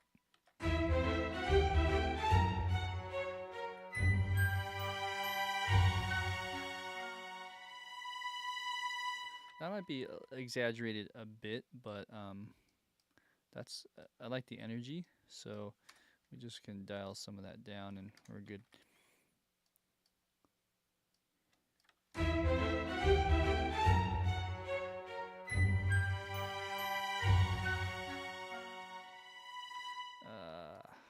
I like it, but it might be overpowering everything else that's playing, so I'm just gonna try fudging it this way.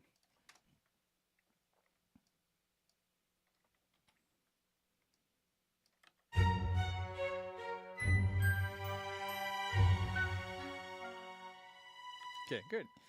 I think that does most of that section. Let's listen and see whatever stragglers we have here.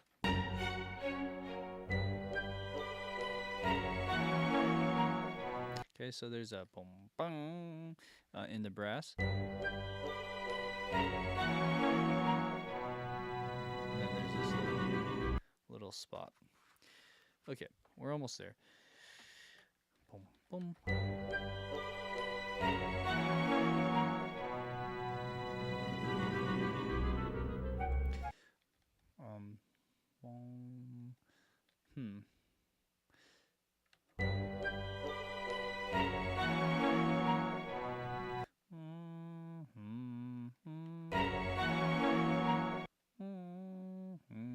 Let's do this more obvious note before I forget it. I think that's trombone.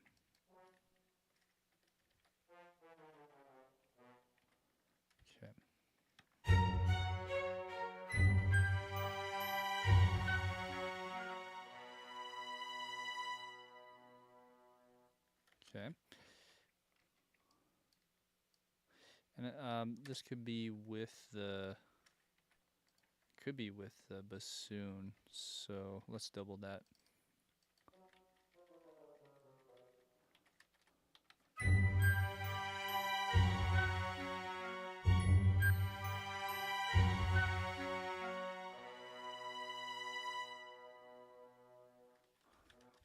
Okay. Okay, next.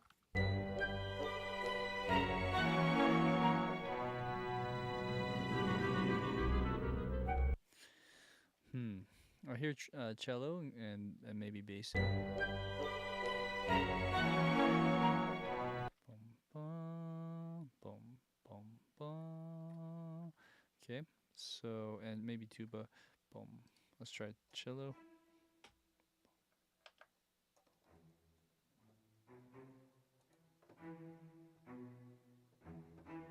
So many octaves. Boom, bum.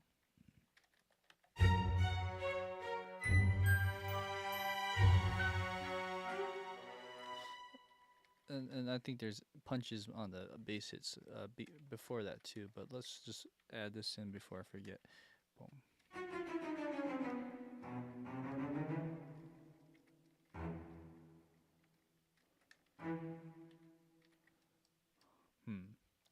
That doesn't make sense. Oh, F sharp. So, boom, boom. Ooh.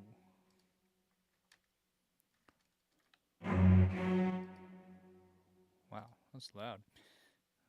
Is it because of this?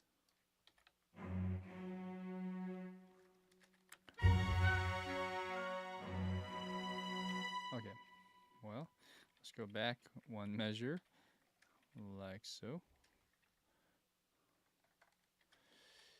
And here we go.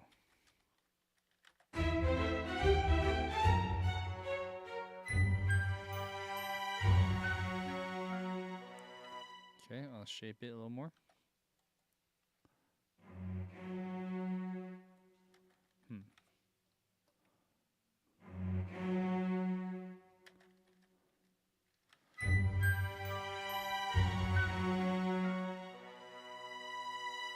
It's a little bit behind the beat. Okay. Let's try again.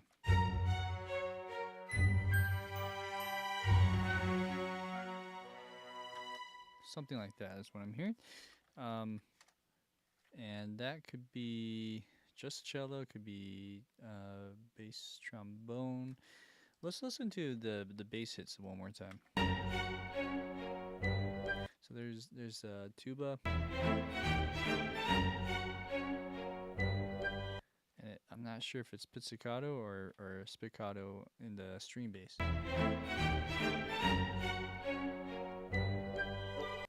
Let's hear it from here.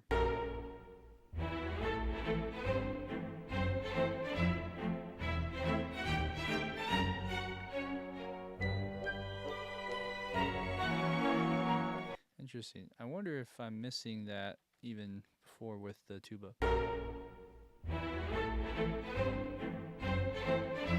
Oh yeah. Okay. So let's put that in. Boom, boom, boom, boom, boom. On tuba and maybe bass trombone. Okay, so this should sound a little more full now.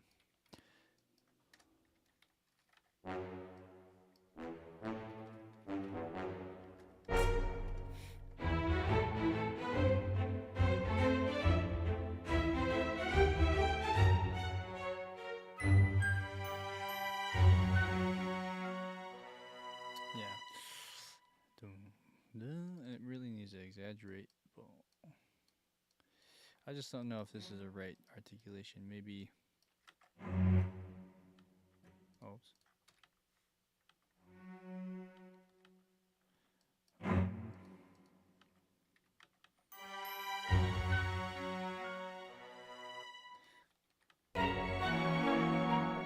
Oh, that's the wrong note.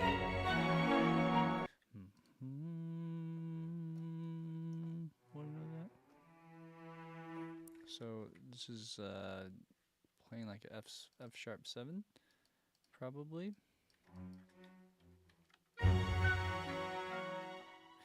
Okay, so this is still really quiet.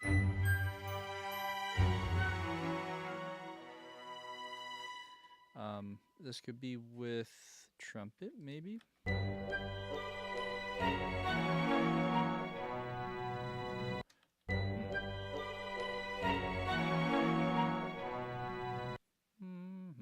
That's trombone. So no trumpet.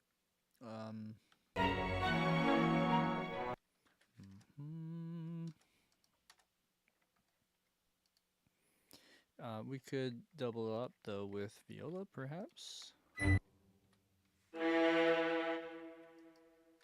Doesn't have that E.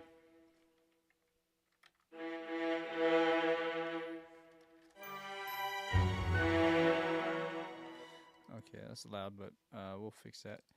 C.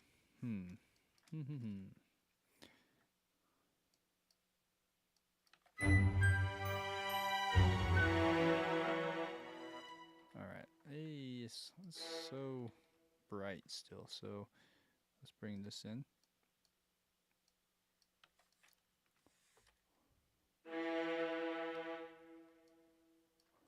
And it could be a chord. That's just maybe the top voice.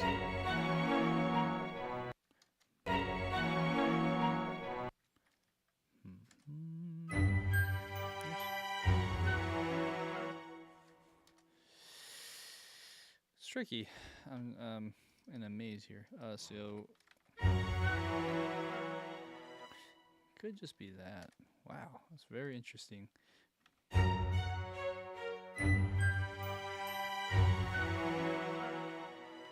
Okay, one more time with the recording.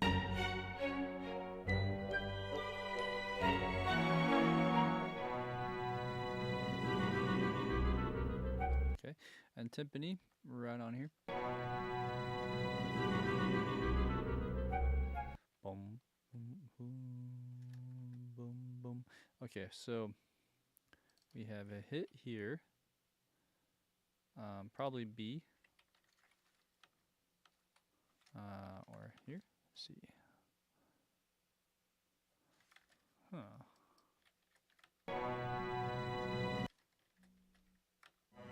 There you go.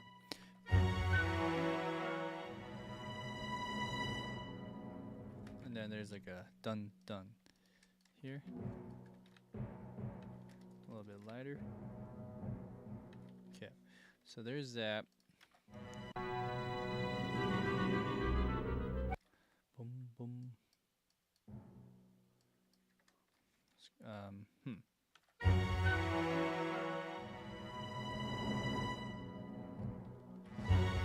Okay, it's a little bit less, and I think we got it.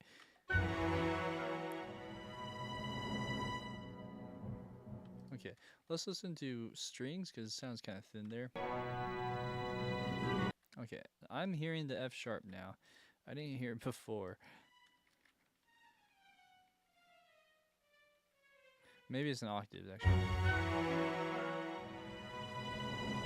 Huh, okay, maybe it's an octave thing. Ugh. Okay, so let's do that. Okay, so that's a bit harsh, and does it drops out? Oh, okay. I'm not sure why it dropped out right there, but let's fix that. So we have that, and then let's die it down.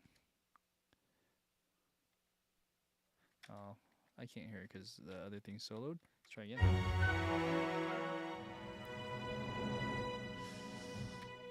How should I do this?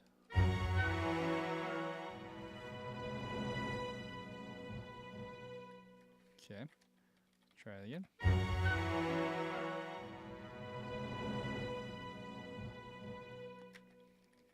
Last one.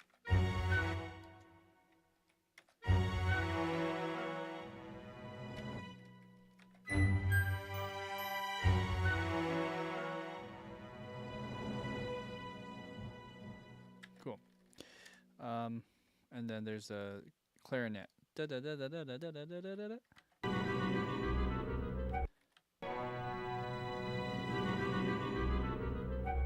Okay, that's really chromatic.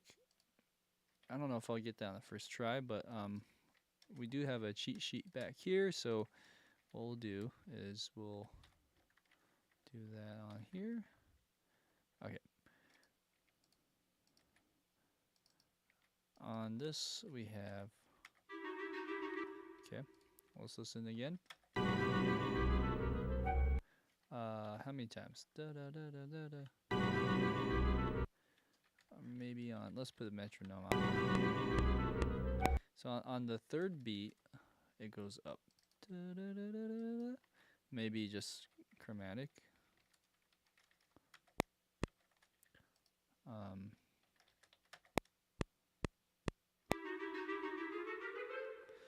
I'm not sure if that's it. It doesn't sound too convincing. Just gonna push this over a little bit. Okay. Do do do do do do.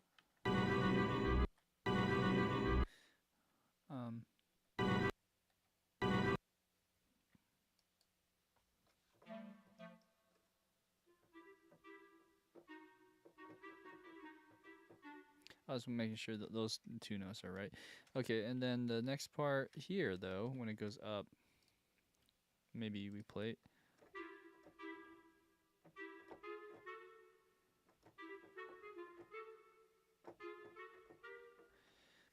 Do we go up all the way through? Let's see.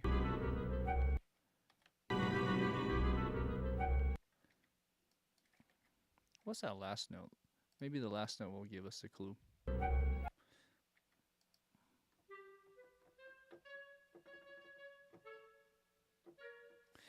Okay, that's what.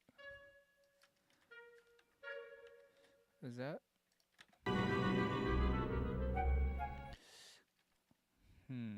Maybe it is right. So that's right. Okay, well, easy. So then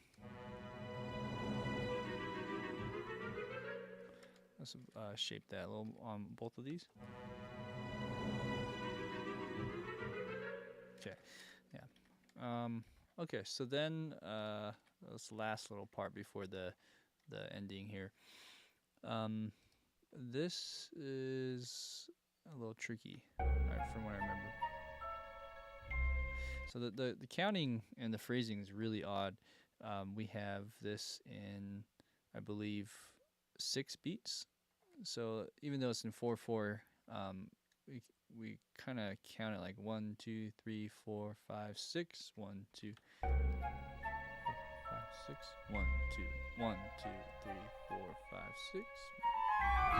And like so, it's like 6/4, 2/4, and then 6/4, 2/4 is basically the feel here.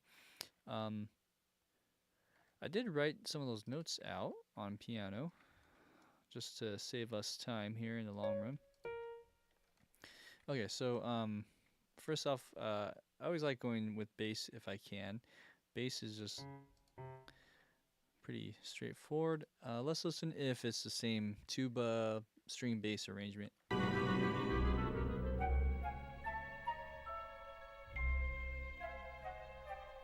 Okay, so it sounds kind of like just bass and timpani, maybe. A really long, resonant pizzicato here. So here, you know that bum bum I was doing with timpani? I should probably double it up. There you go.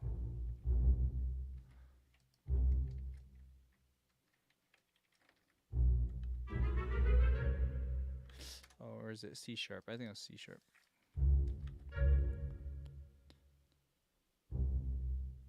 Okay, let's listen to the recording.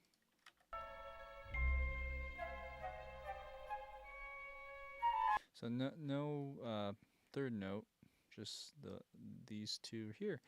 Pizzicato.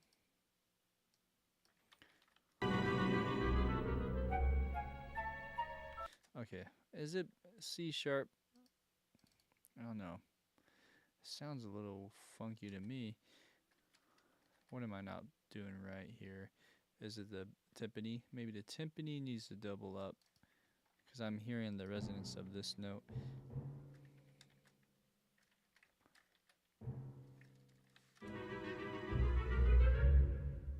There you go. Okay. Cool, cool, cool. Next we have, should we do the strings? So, tremolo. And I actually, this was a weird phrasing. It was in 3/4, and that's probably, I suspect, for the film to work in the film. But I just made this more musical and stretched it out so it's full 4/4 bar. On this one though, it's kind of hard to hear. But I'm listening for the strings again. Let's hear that together.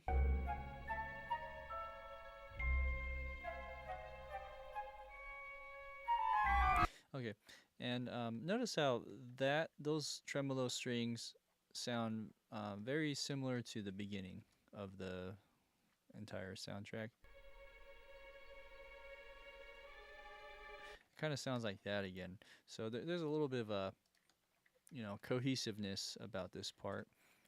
Even though it sounds a little more random, Nicholas Hooper is still kind of working some older material here and just putting that back in. So let's do that. Let's actually put back our decorative tremolos here. And we have that going here. Although, yeah, these notes will be different. Should be like that.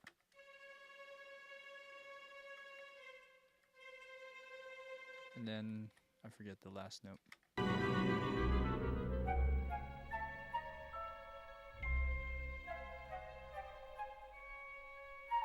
So back to C.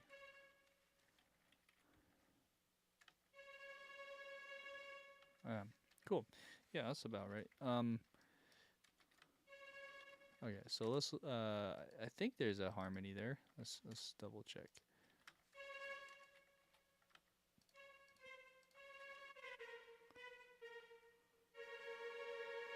Just it needs to be quieter on the third.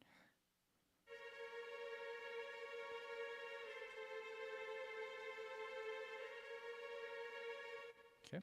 All right. So let's bring that down.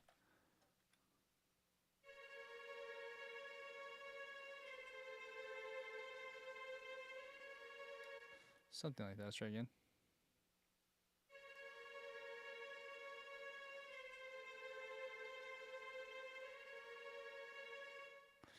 Yeah. Let's fix this little spot.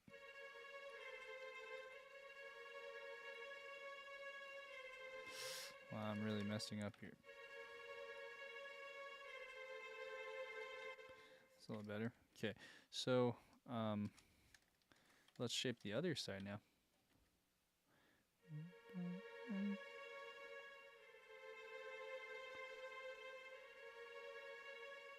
Okay.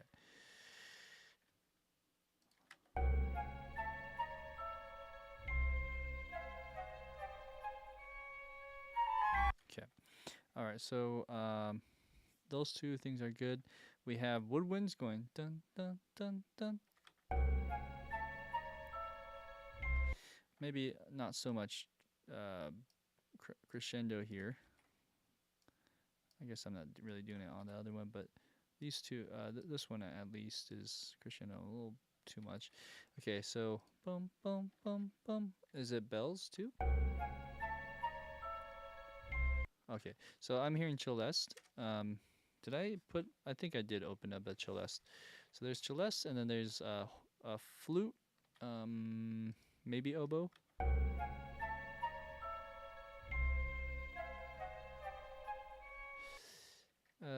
Let's say flute for now.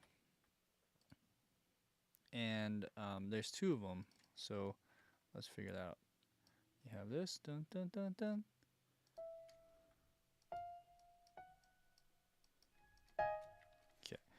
So first flute, let's say, is doing this.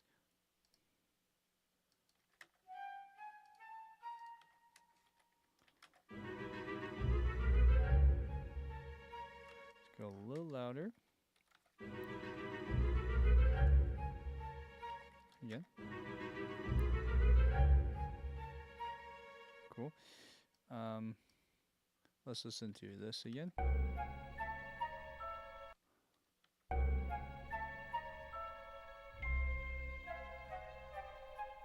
Okay. It sounds like just flute to me. So there's a voice that goes down. I'm gonna take what I heard before earlier today and just put this in here.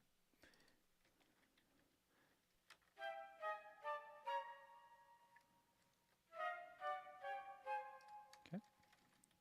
Let's try again. And then there's celeste. All right. Let's listen though for the flutes if there's anything else.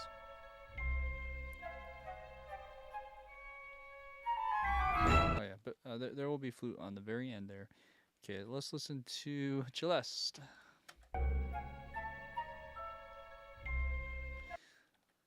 Oh, that's tricky.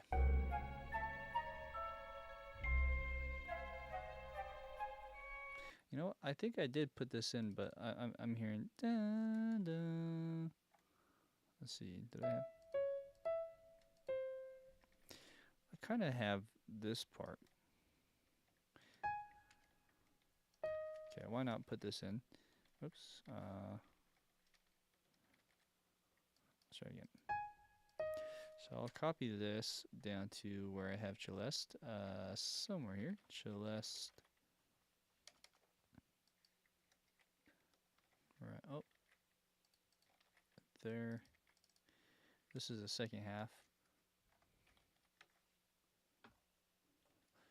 Okay. Yeah, timing's a little off. Okay.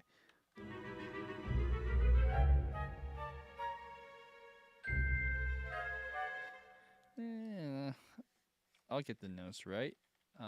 Let's listen. I'll play back and forth.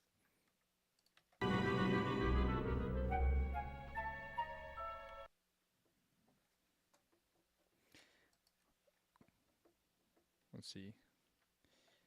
Let's make sure this is audible. Here we go.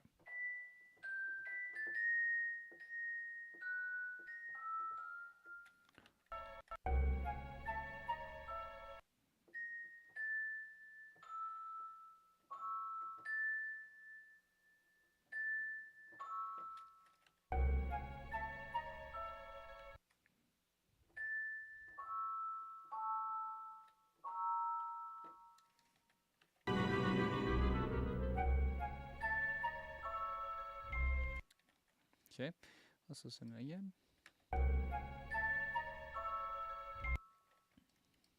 Not bad, not bad. And then second half. Hey, Greg's on board here. How's it going, Greg?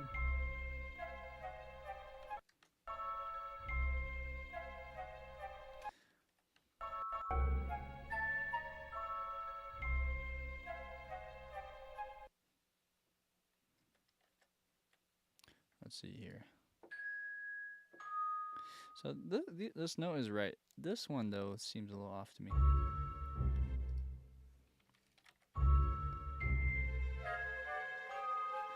So maybe it's not a G, it's a, if we're thinking A diminished.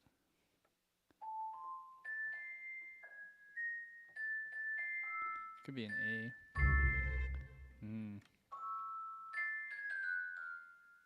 Could also be a E flat. Let's listen to that.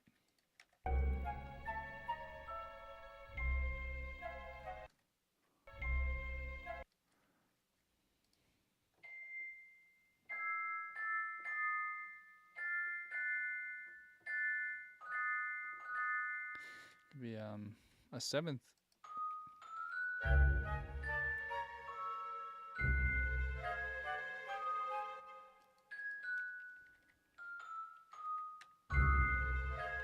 Interesting. Most likely F sharp, and then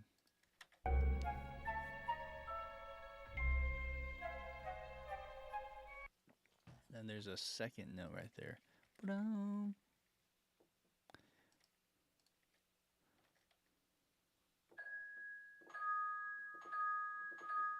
So E flat there. These are all diminished stuff.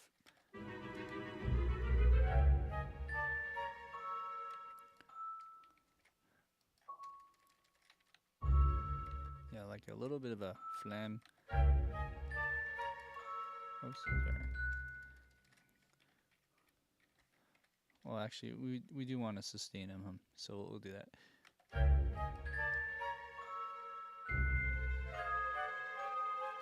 But some of these lower notes are a little bit loud.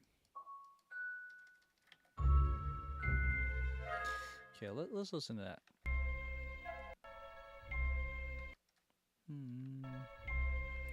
Maybe I'm hearing an octave.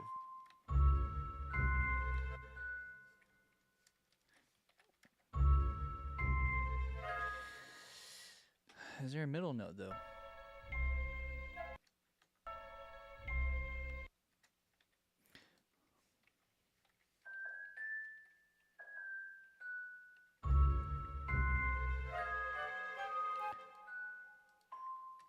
It's tricky. We'll flam this too.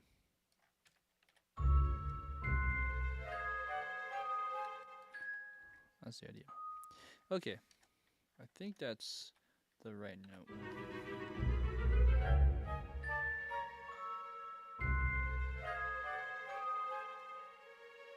Okay, let's listen and see if we're missing anything else.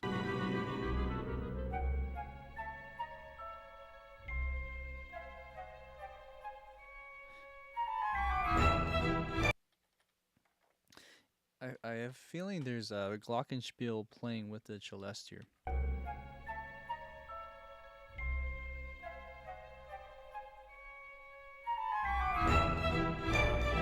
Man, that's really tricky because they sound so similar, but I'm pretty sure that was a celeste. The tone of this celeste versus the tone of the one I'm recording is a lot different. That's partly the tricky part of that too, but let's see. Of course, if you did four-handed melodies or three-handed, that would work. Let's see.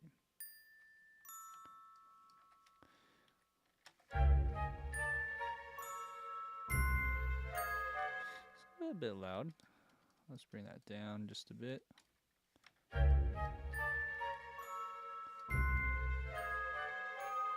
I don't know. It's kind of like a personal preference here. I mean, you could do one or the other. You can combine them. I kind of like combining them.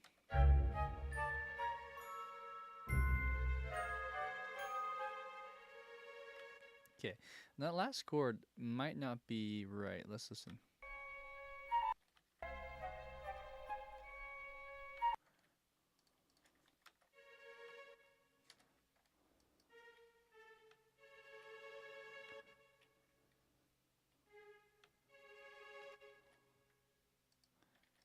Okay, we're almost there. So,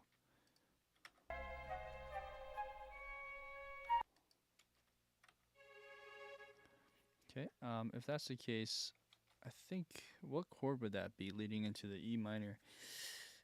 If it would be the C sharp and G sharp here.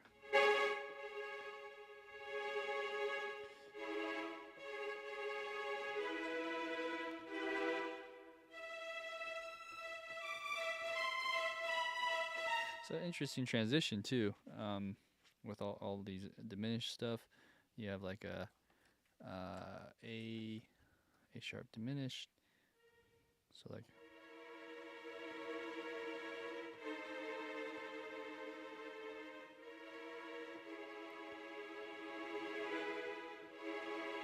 It could be like a, what would that be? A E. That's actually a C sharp minor chord. And then goes to E minor.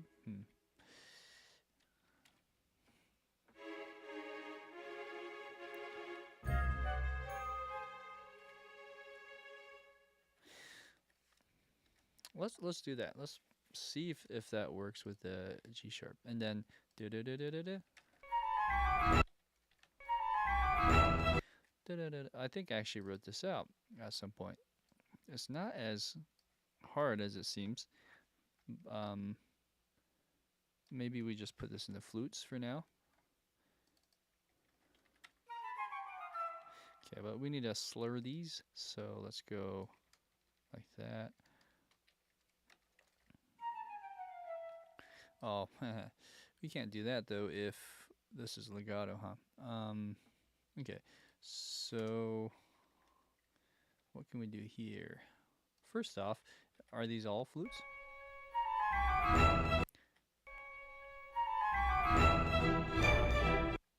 It almost sounds like two flutes. We could maybe do oboe too. In that case, let's put a flute solo since we need these slurs. Let's go ahead and put this in here. All right, and then go like that. I'll put the top voice here. Let's put some shape to that. Okay.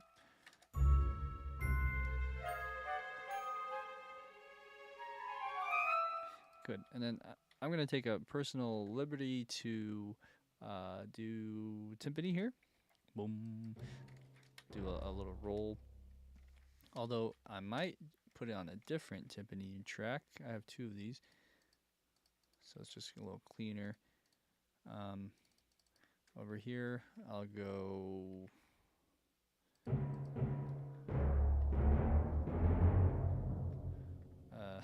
what note am I trying to hit? Okay, here. Either, was it A? Man. C sharp and G, huh? That's what it was. So I'm not sure if this chord is right, but let's go C sharp.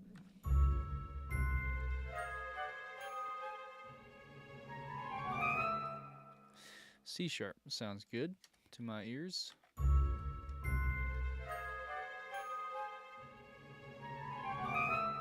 Cool. We can go a little louder probably on that.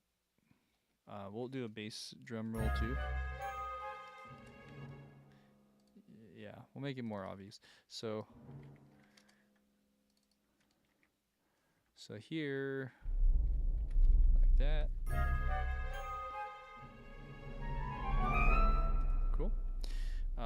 We could put some cymbal just to, I mean, this isn't in the actual recording, but it adds a little bit more, I think. So let's do that.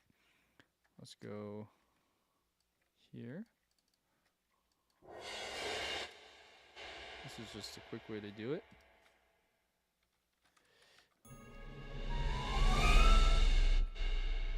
Okay, that might work.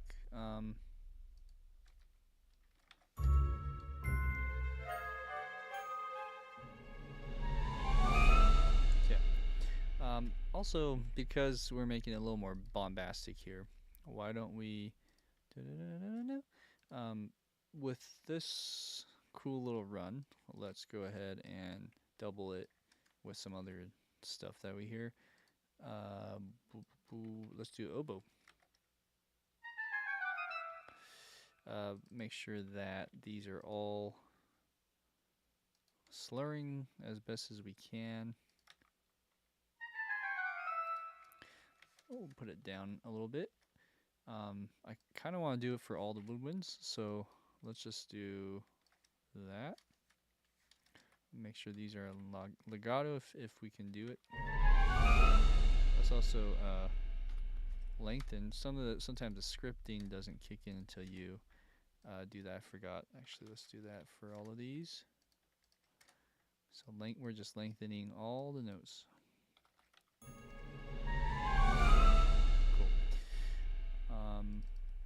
And you know, most likely that's what is happening in the recording. It just sounds like flute, but it's probably all the lumens.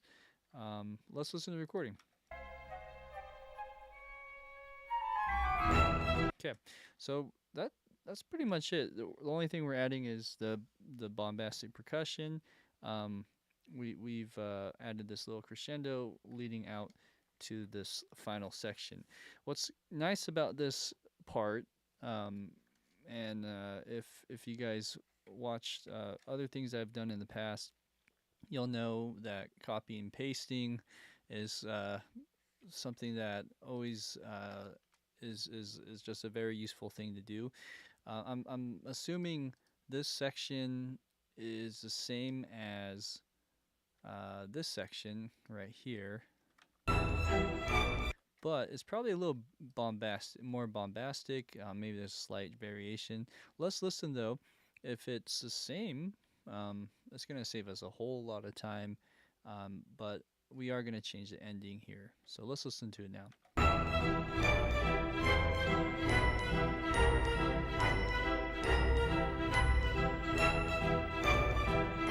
Well, first off, the bass line is more consistent. It doesn't stop on that C.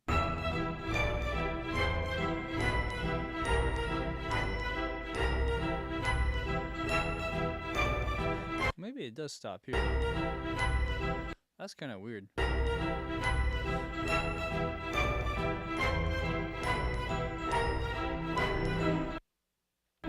Yeah, that's on purpose, that little spot. Okay, so we can more or less copy that over.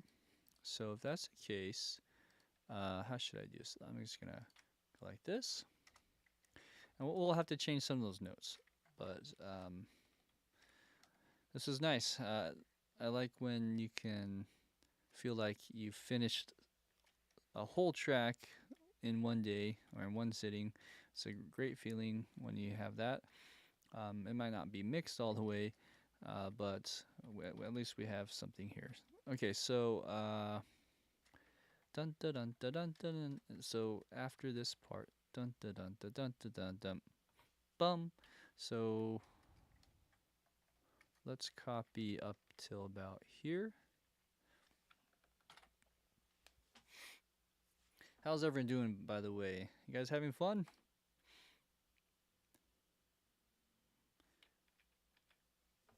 This copy and paste takes a second. So, as far as future plans, um, I did I did pick this one on purpose because Halloween is coming. Um, but um, this won't be the only one. So we'll be doing hopefully 3 more of these in the next 3 weeks. Just different cues from things that I think would be a lot of fun to cover. Maybe things that aren't as frequented or done as much as the more obvious ones. So that's why I picked this one. Okay, so we have this. Ba-dum, ba-dum, bum. I just realized we're missing. Let's see the first part right there. Yeah, so we're missing that note. Now the thing is, the flutes are going da da da da da da da da da da da. So you can't really have them play that anymore. And same with the clarinets. So at some point we have to figure out a transition, something like that.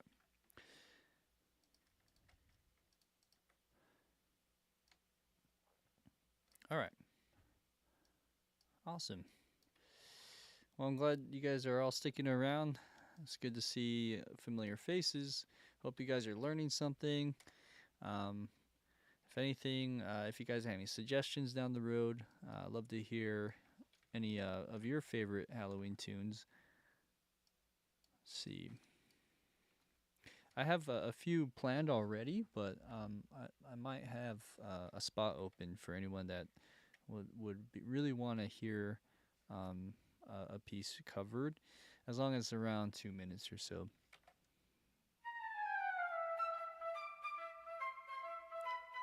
So that's kind of the idea with that flute. The oboe, same thing, huh? Okay, so let's make sure that that's leveled. And let's see here. We have all these articulations assigned. Great. And then I'm not sure about the clarinet here. Let's listen.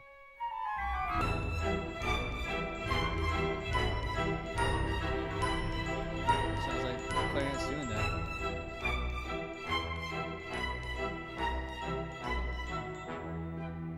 Cool. Oh, you know what? I'm playing crap. I'm playing the other thing I just copied and pasted. That copied over as well. So let's listen again. It's bigger.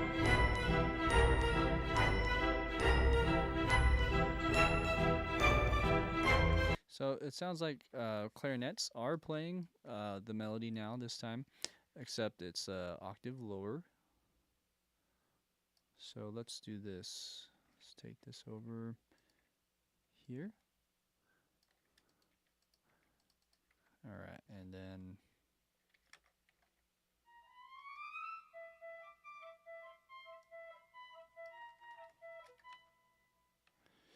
that's tricky. Clarinet is going high, huh?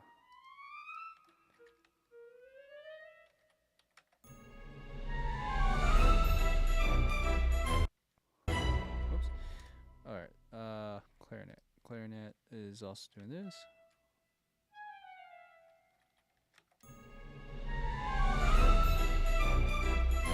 I wonder if I should do clarinet down here instead, like this.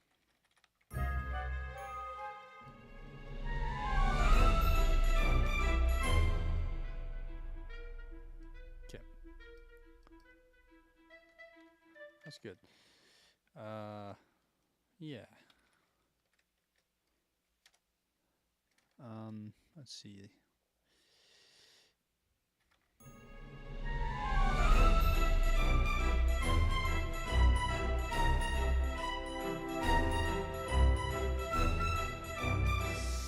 Yeah, horns are gonna be playing something different. We're gonna just have to go one by one, I guess, and figure this out. Rather than going top down, since we got the woodwinds in that manner, let's just make sure that the woodwinds before we move on is loud enough. So we probably just bring up this. This is the easy way, the cop-out way. Just kind of bring everything up, so to speak, in the CC7. Okay. All right, and then let's go to more methodically. Let's go to the bass line. And the bass line, let's see, would be timpani. Let's also glue these guys. Timpani, then your string bass, and your tuba, all the above. So let's do that. I'm going to highlight tuba, string bass, and this one right here. Okay, so I think the bass line is a little different. Let's listen to the bass line in the recording.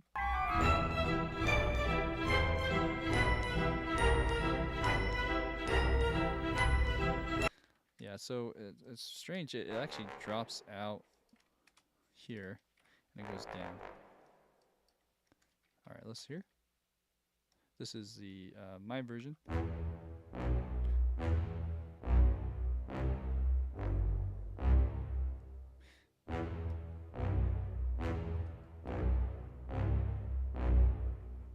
And then, oh yeah, so and then the little change up here would be here.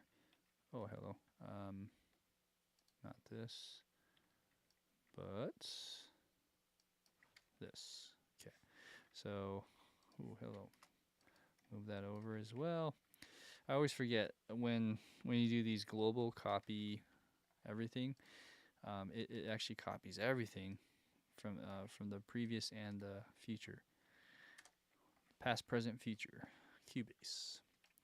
Okay, so here we go. Boom. 1. And yeah, we'll see how we can end that. Maybe long. maybe short. Let's say short. It'd be fun to just keep it nice and light at the end. Okay, so that is horn, and now when I say horn, I mean brass. In the jazz lingo, they say horns, right?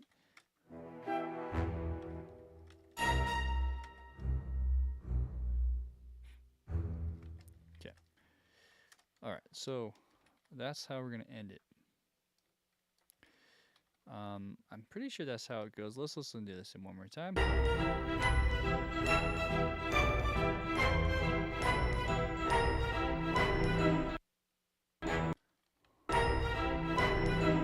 Done. Let's see. Yeah, that's right. So there's a B, the fifth of the chord, resolving to E minor at the very end. Okay.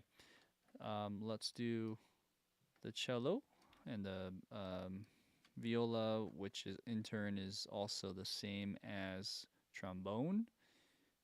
Probably horn. Let's listen if there's horn.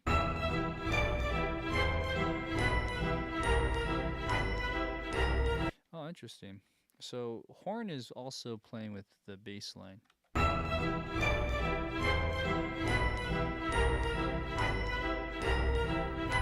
Maybe not.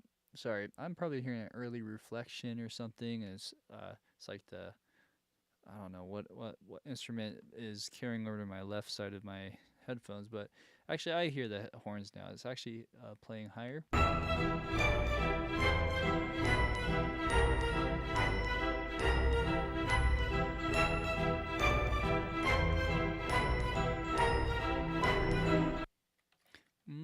Oh yeah, there's a cool little thing that happens here that's cut off, but we'll try to add that in as well. So, anywho, we have the horns are kind of doing its own thing. It looks like the trombone and everything else, so cello and viola are playing the same stuff. So maybe here we just go louder. Let's do this. We go.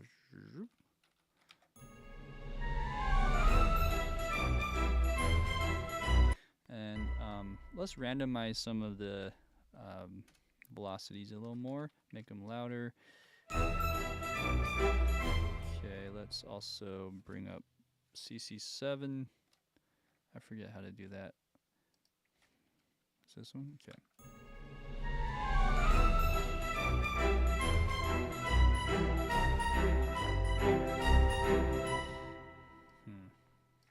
Maybe just slightly lower on that. Okay, and almost done with this. I see we're gonna have to cut this off, and then okay, here we go. Jump. Kind of like that. Boom. I don't know. Maybe we.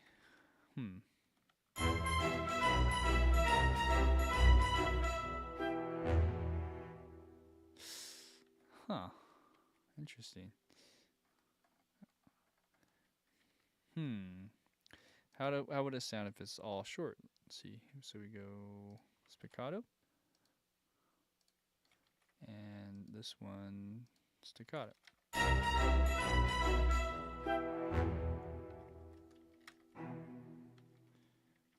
We'll have to make it louder. And done. Oh, looks like I don't have anything here. So let's put this note on E. Still copying over something. Every time you do global copy paste, it just lags. So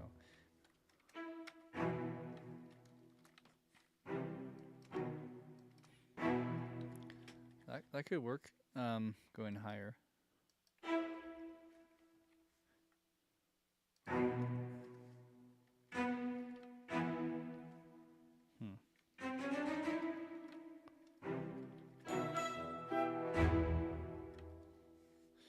Let's just do like that.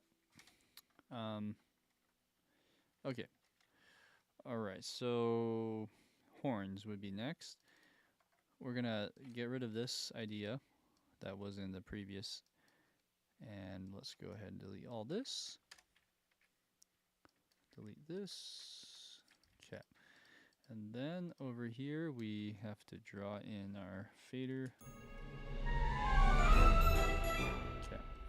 So here we go.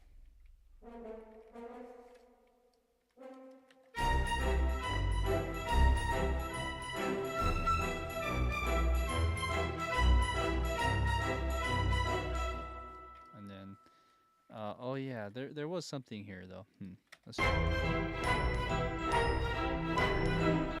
So yeah, so we're gonna draw this out. This is the only one that maybe will stick out.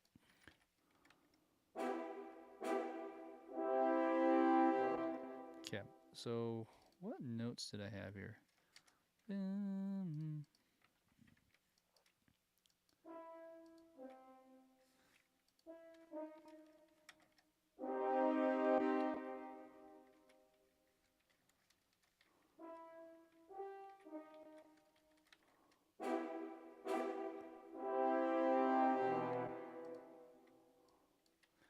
Okay.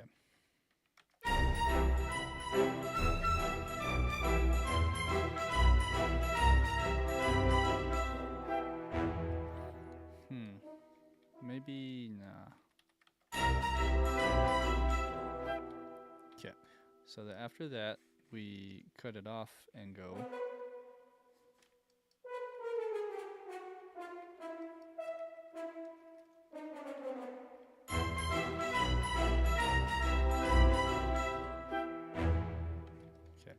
We have to fix the woodwinds there, but that's the idea. I think that works. So then, what else? Strings. Strings can be just louder. Generally, here it's the same though.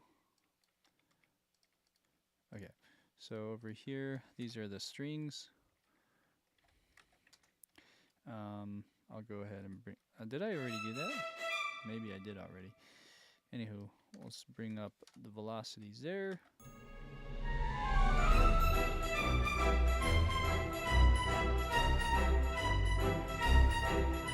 Bring up the bells a little more. Let's see.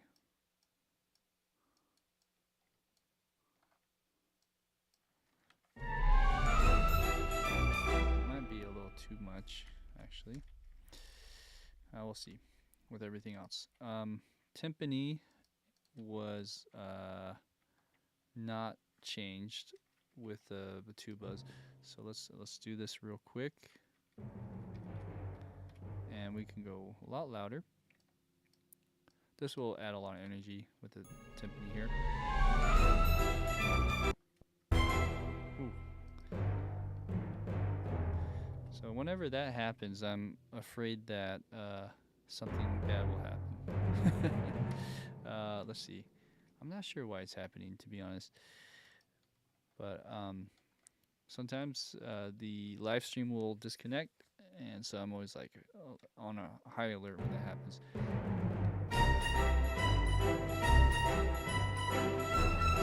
Why don't I keep the G on the timpani, but we'll rest the brass so they can take a breath. Then we do it again. So we go joop, joop, and then here, this is the ending.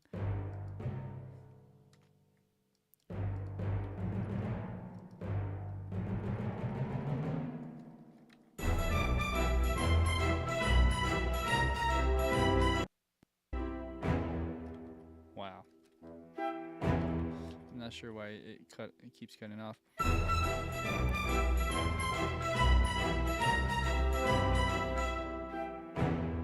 Okay.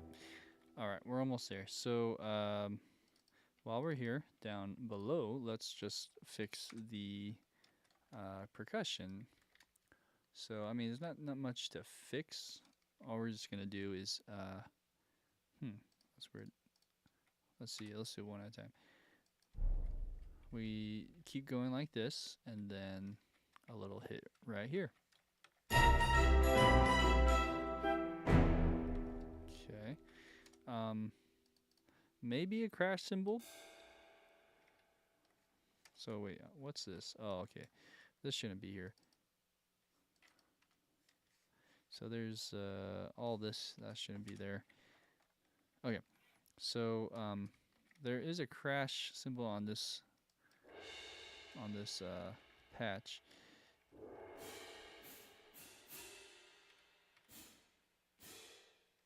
We could do that.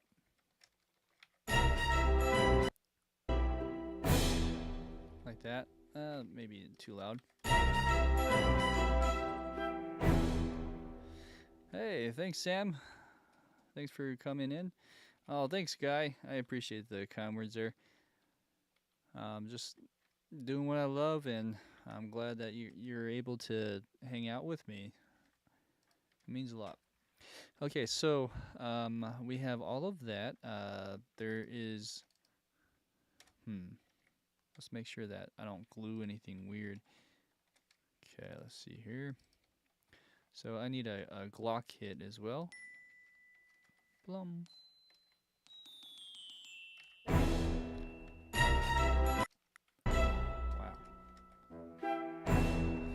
Sorry, I'm not sure why it keeps cutting off, but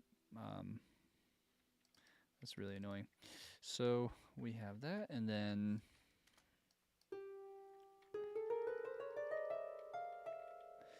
I suspect there's harp here. So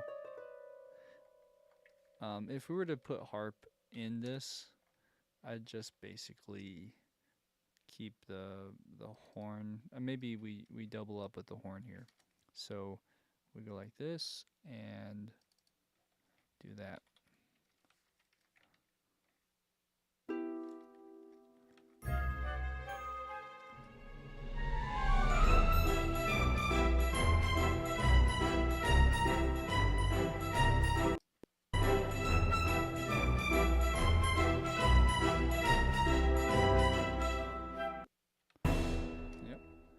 Alright, let's double check my settings here, see why things could just be cutting or clipping all the time. I'm not entirely sure, but this is louder. Maybe it's doing that because it's clipping. I have no clue. Let's put a brick wall limiter. Nah, let's do a limiter. That way I can bring it up. I'm not sure if this is a reason why it's happening, but it's starting to really become a problem here. Yeah, it could just be everything's playing, it's just overloading everything. I have no clue. Anywho, we're close to the finishing, so hopefully there's no disconnecting of our stream here. But let's just hope for the best. So we have this and this. Let's see. How should I do this? There you go. So I forgot with the strings, we're missing the high note. So we're gotta do that real quick.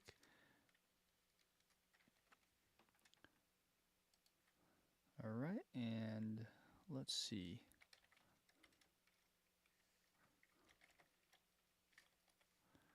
These are all staccato, sure.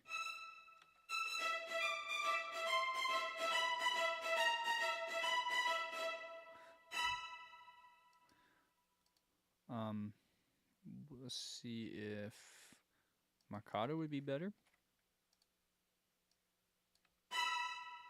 That's nice. And this one, portato maybe.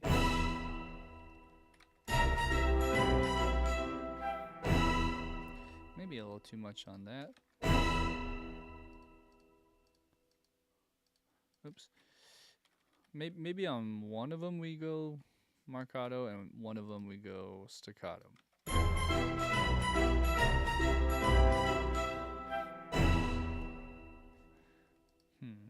Or we do marcato, but just a little bit quieter.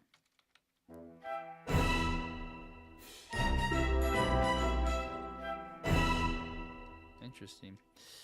It sounds a little bit too much. That's the tricky part. So what can we do? What can we do? We could just keep it staccato, I suppose. Let's see. A little louder.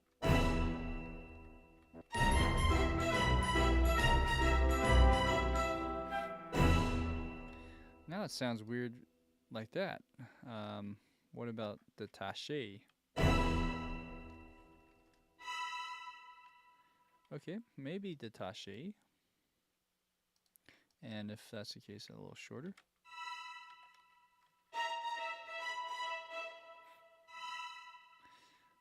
Or one detaché, one marcato.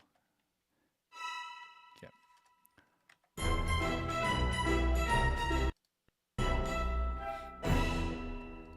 Okay, we're almost there. So, might as well do this real quick.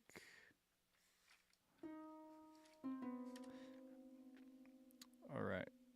So the last thing would be woodwinds. What do we have here?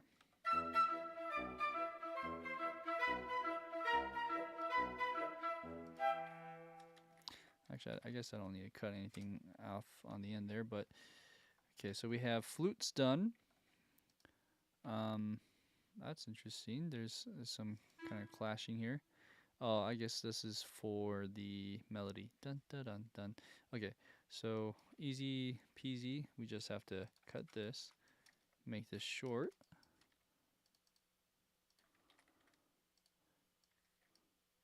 Yeah. Okay.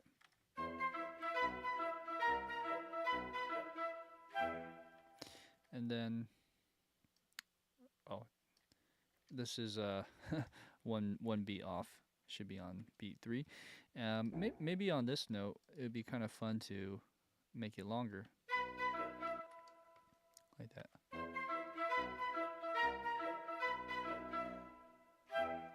And I'm kind of leaning towards doing that for the bass as well for all these other guys now. So if I were to do that with tuba and string bass, how would it sound? Yeah.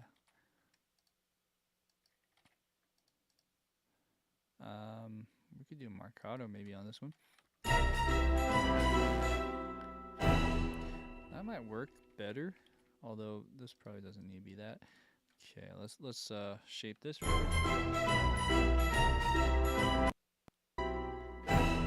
Okay, every time I try to tweak something, it just cuts off.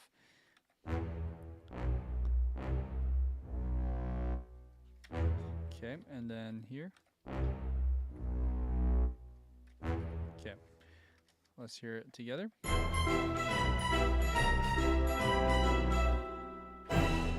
Cool, that's awesome. So let's hear that all together and see how it sounds. Okay, so a lot of fun on this one. This is the Professor Umbridge track, and I'm really happy with the way it turned out. It's nice to be able to do something different, more Halloween, more whimsical sounding than the previous tracks with Gladiator, a little more less bombastic and masculine, and this is more just kind of playful, the complete opposite. So I'm gonna just make sure these are all tied in real quick. This is what I usually do, although with these global copy pastes, sometimes I gotta be careful. So, because last time that really burned me. Okay, so let's just tidy up real quick. Next week, I will have another Halloween track ready, and we'll see where it comes from this time. I have a few ideas. Also, feel free to share this video to anyone you think would enjoy watching stuff like this. Subscribe if you haven't already, whether you're on Twitch or YouTube, and like the video. Here we go. This is Professor Umbridge from Harry Potter, The Order of Phoenix.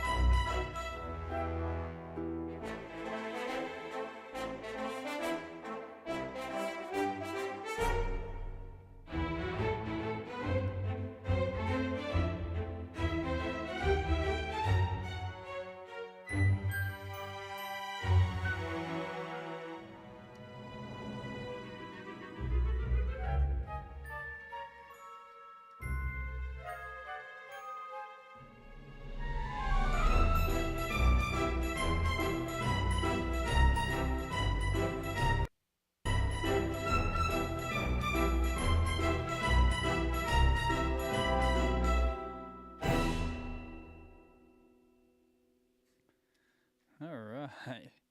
Awesome. So yeah, this is pushing my computer to the limits. As you can hear, the um, little clip or just jitter that happened right there. So, anyways, hopefully I will figure a way to fix that for next time. um, but with that being said, thanks for watching, guys. Stay tuned for the next week's live stream. I'll see you next time. Take care.